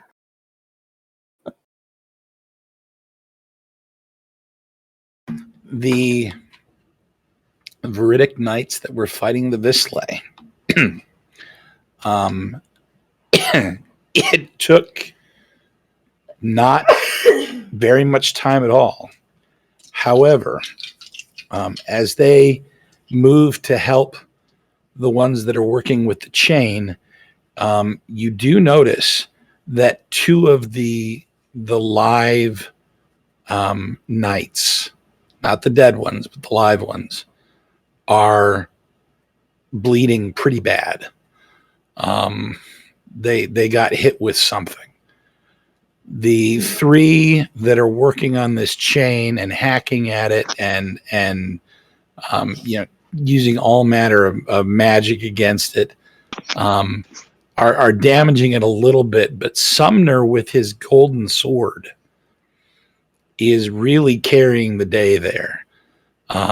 It tries to grab Screech's car, and Sumner hacks at it, and you see bits and pieces of metal flying away as he just piece by piece is taking this thing apart.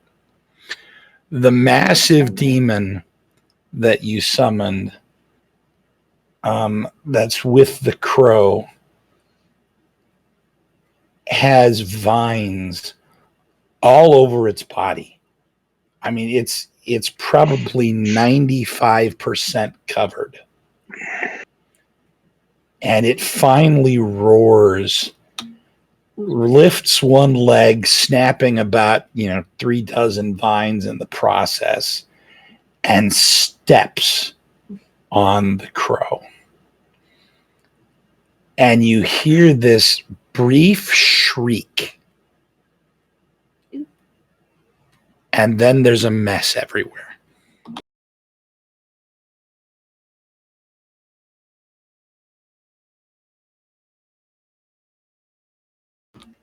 Now, what would you like to do? Okay. Seeing the gun clatter to the ground, I am going to dart forth and grab it up, and then I'm going to do something that nobody expects Claire to do. Eat it. Daddy, I need you. Help, please. And I'm calling for my father.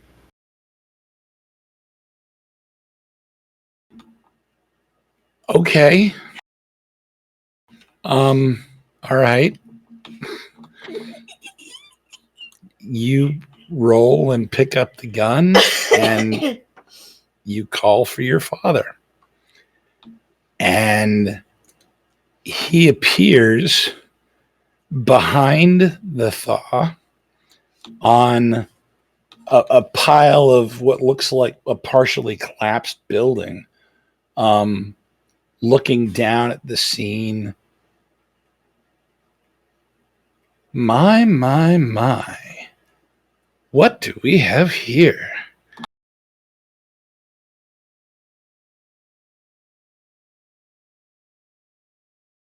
I rolled an 8 to snatch up the gun. You've got it.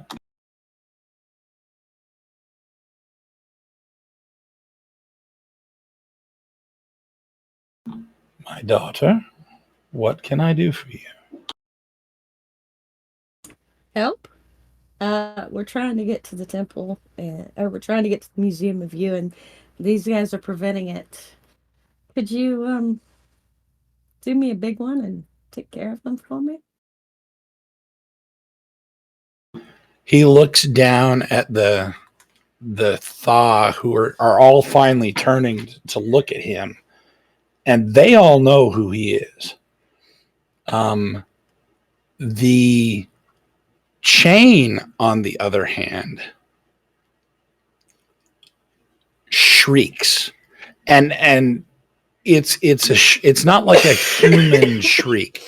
You know how it sounds when you've got metal grating on metal? Mm-hmm. It sounds like that, but you just know it's now scared out of its mind. It releases Screech and tries to run away. And your father holds up his hand and goes, and suddenly the entire area is filled with demons of every shape and size that you can possibly imagine. The nice looking human ones and the really ugly ones that have, 800,000 mouths on all different kinds of parts of their body and everything in between. And these Thaw and that chain don't stand a chance. For whatever reason, they leave the Veridic Knights and Sumner and you all alone. No one else gets molested. Although, let's see here. You probably don't see it, but and you probably don't see it, Sterling, but you might, Albion. Go ahead and make a perception check.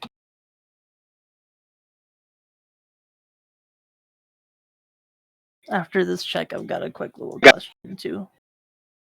What'd you say it was? A 6. Okay. In a fleeting glance, you notice that the demons that he summoned,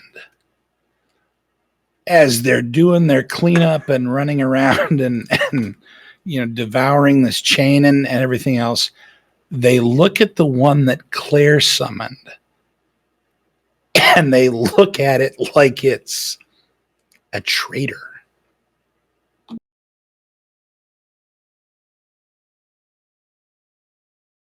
Your question, Sterling. I was wondering if in the massive ruckus I could try and scramble for the gun and get it. Claire's got it already. Okay.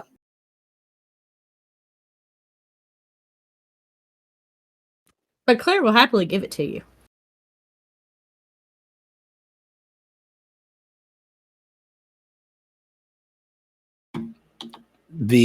Well, it's not an alleyway. It's a main street. Is now clear, except for the fog that is billowing up more. I'm gonna help the 2 injured Veridic Knights into Screech to where they can get healed, and we're gonna set off again. Okay. You look back and you see Aeroeth raise a hand, and you can't hear him, but you hear him. Good luck, my daughter.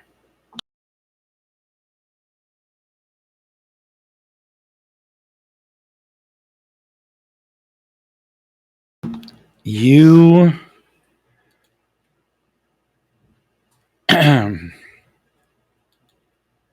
you spend another half an hour racing through the city.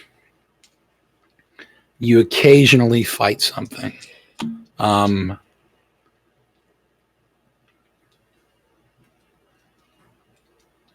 There are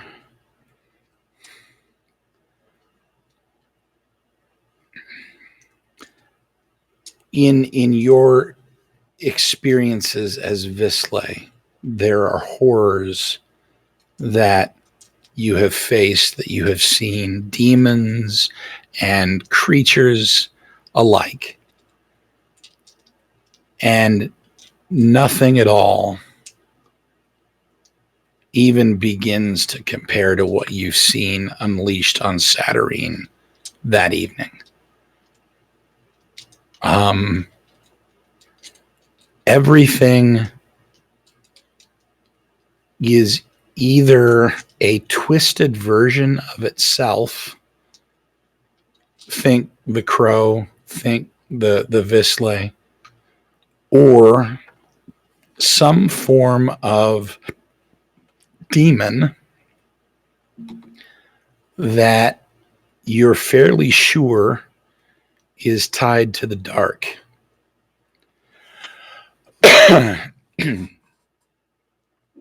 When you arrive at the palindrome and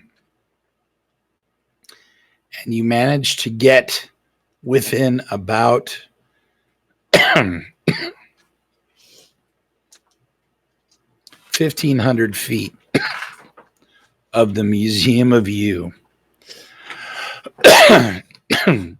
there is this massive explosion. Claire, Screech needs to make a reaction roll to avoid it. 8. That is not going to be good enough.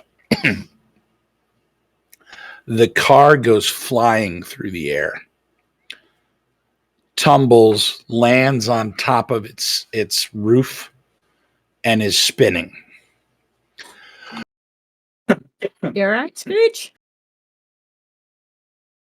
Screech does not respond.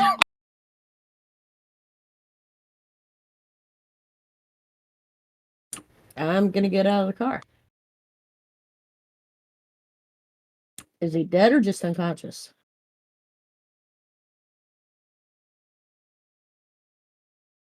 How long are you going to spend trying to figure that out? Well, I'll know almost instantly the minute I touch him because he's tied to me. He's dead.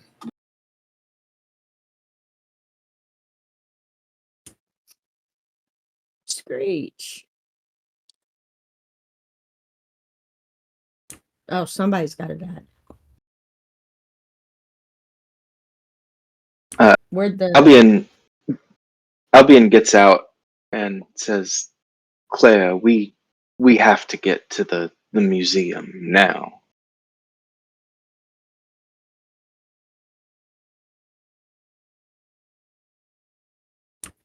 He was an innocent.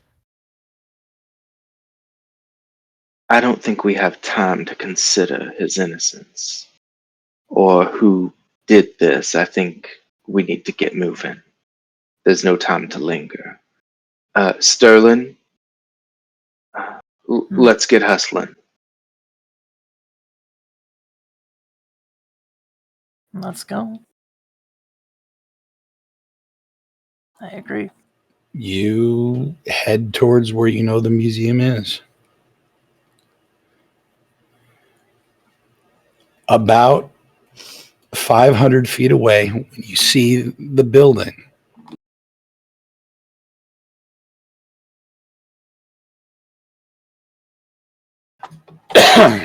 the facade of this building is a beautiful design of mirrors and reflective surfaces. The entire thing looks to be an opening flower, right? So you know what that looks like when a tulip opens up?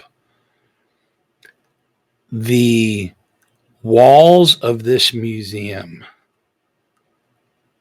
all seem to be made out of mirrors and reflective surfaces, but they're moving in such a way that it constantly looks like a tulip or a flower opening over and over and over again. So as The body of the flower opens.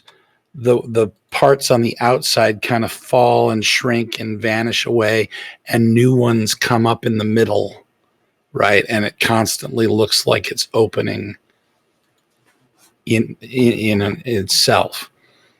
As you look at the massive sign outside of it, each of you sees on first glance the name of the place says the Museum of Albion Finch, or the Museum of Claire Thespian, or the Museum of Sterling Price.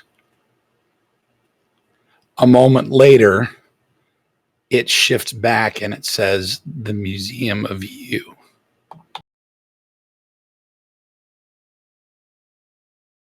And that's when you see a massive figure that slowly walks in front of the museum between you and it.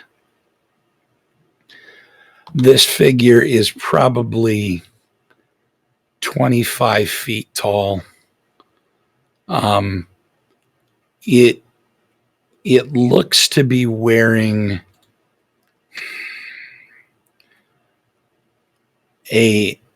almost a robe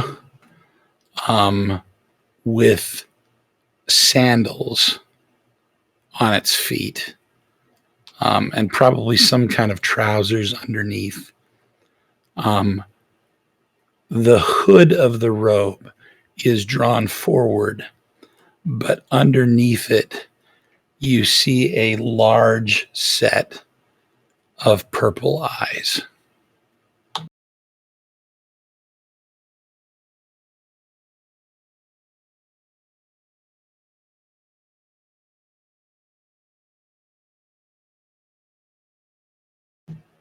You must leave. You have no place here. The building literally just said my name. So I believe each of us has a place here. And I believe you are standing in the way.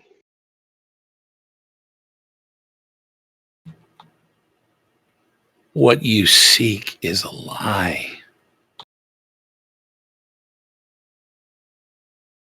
This building and the promise that it carries are lies. Yes, we know you are. Move. Claire Thespian, Mother Fudger. I killed you once. I will do failed. it again. Well, obviously you failed then, and you'll fail now. Move. What are you afraid of?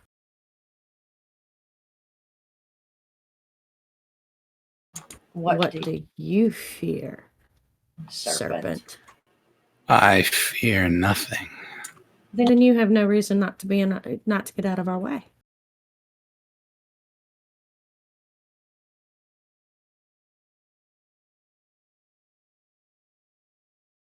As you're talking, you see another. Claire's still walking towards him.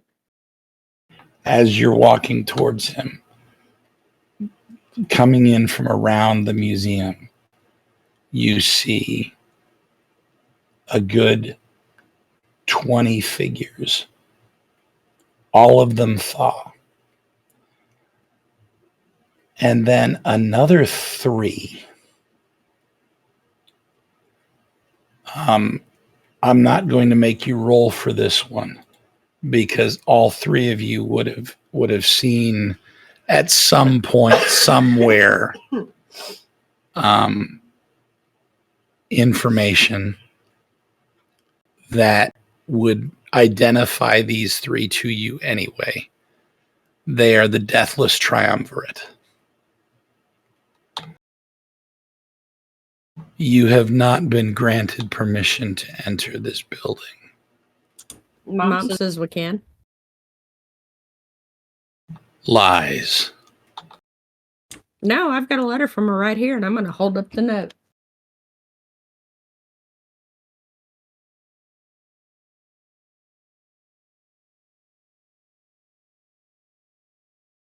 And you hear the tall one sneer, kind of snicker.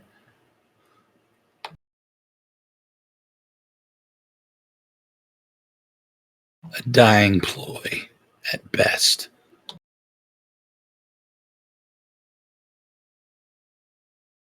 I like to do something. Okay. I want to cast a spell called Shifting Landscape. I just put the description in the chat. Essentially, it turns a big area into kind of a. Honestly, I feel like the way it's described feels almost like the sort of Doctor Strange mirror universe kind of like those scenes where everything's just kind of like weird and twisty and twists back on itself. But I create everything in this area turns into almost like a maze, and I can move through it just fine. But it's so disorienting that even those who do not get lost suffer a -2 penalty on all actions while they're in that area. Okay.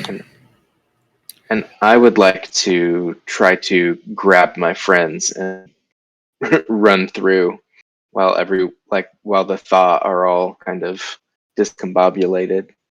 Okay. You cast that spell, and you see the effect begin to take place, right? So the stuff starts shifting around and moving like a giant sliding puzzle. And the purple-eyed being snarls, "Enough," and it all stops.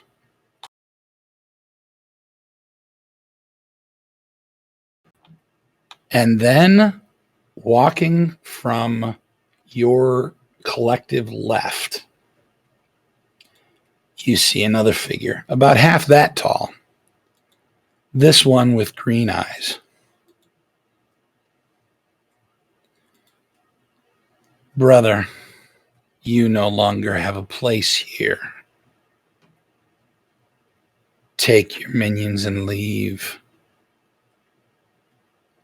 Our mother has set this aside for them." And you see the dude with the robe slide the hood back, and he's a very attractive looking man. Dark black hair, very chiseled face, and he looks at the other man. He says, well, Quiss, I've been looking for you for a long time." and And failing. failing.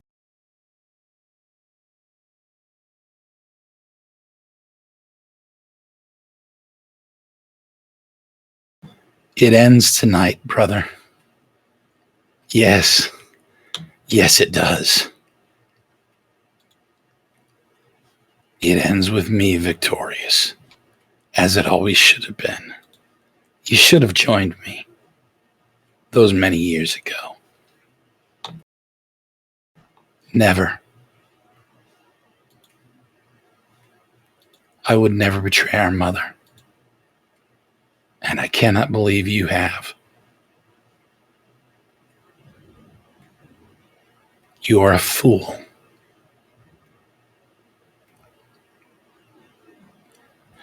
And he turns to you and he looks at the three of you and he says, "Go." Being And half right is a failing grade. And immediately the area explodes into battle. He starts running at the Angular Serpentine. The Thaw and the Veridic Knights start fighting each other. Sumner comes in and starts cutting at the Deathless Triumvirate. And everybody is trying to clear the Veridic Knights, and everybody is trying to clear a path for the three of you to get to this museum.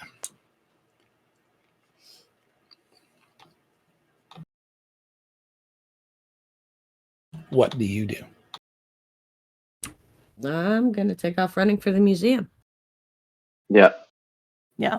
but I'm gonna shoot at the tallest of the Deathless Triumvirate as I run by. Okay.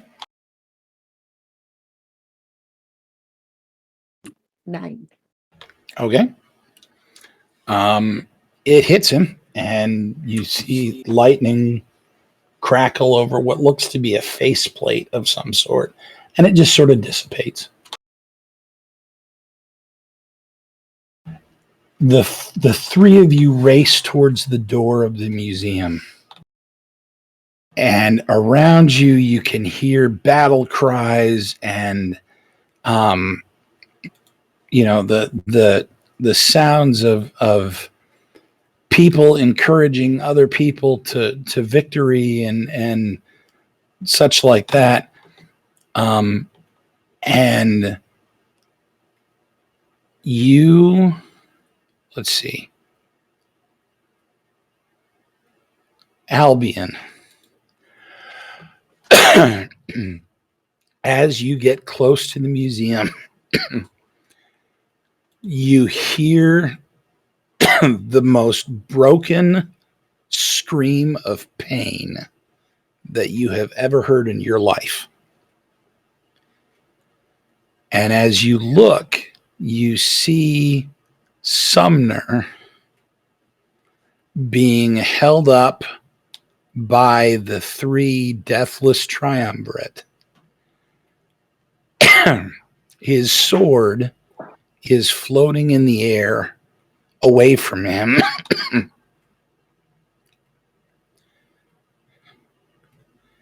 And as you watch, they use their magic to rip him into pieces.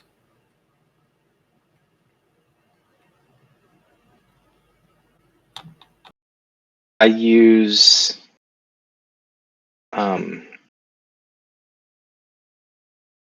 whatever it Can I rescue him before he gets ripped to pieces? What do you want to try and do? Summon an angel to snatch him away from them? you don't have time. I don't know that you're going to have time for that. It's an instant catch. I'm going to use thought becomes motion.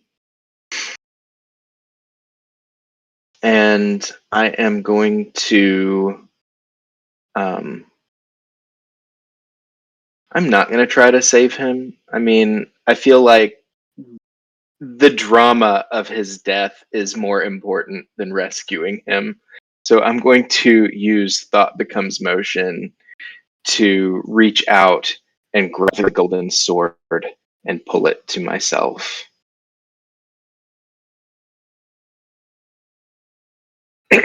Okay. You grab the sword and pull it to yourself. And yeah, I'm just going to say, as it comes to my hand, I say, you truly were a golden one. And I'm just going to use the weapon to fight anything that gets in our way. And the pacifist takes up a sword.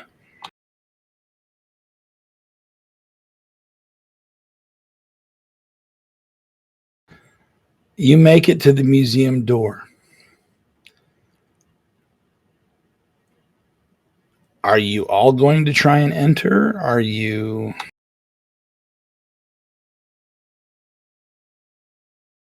I'm going to say, Claire, you go first.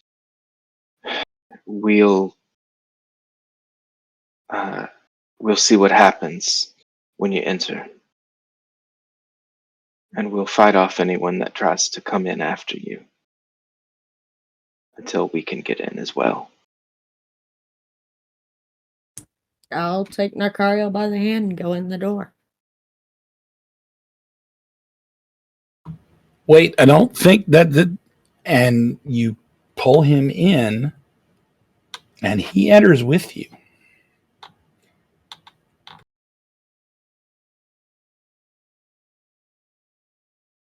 They're inside. Can we see them or do they just disappear from our vision? They disappear. Okay. I'll turn to Sterling and say, if you can get inside, go now. Did you close the door?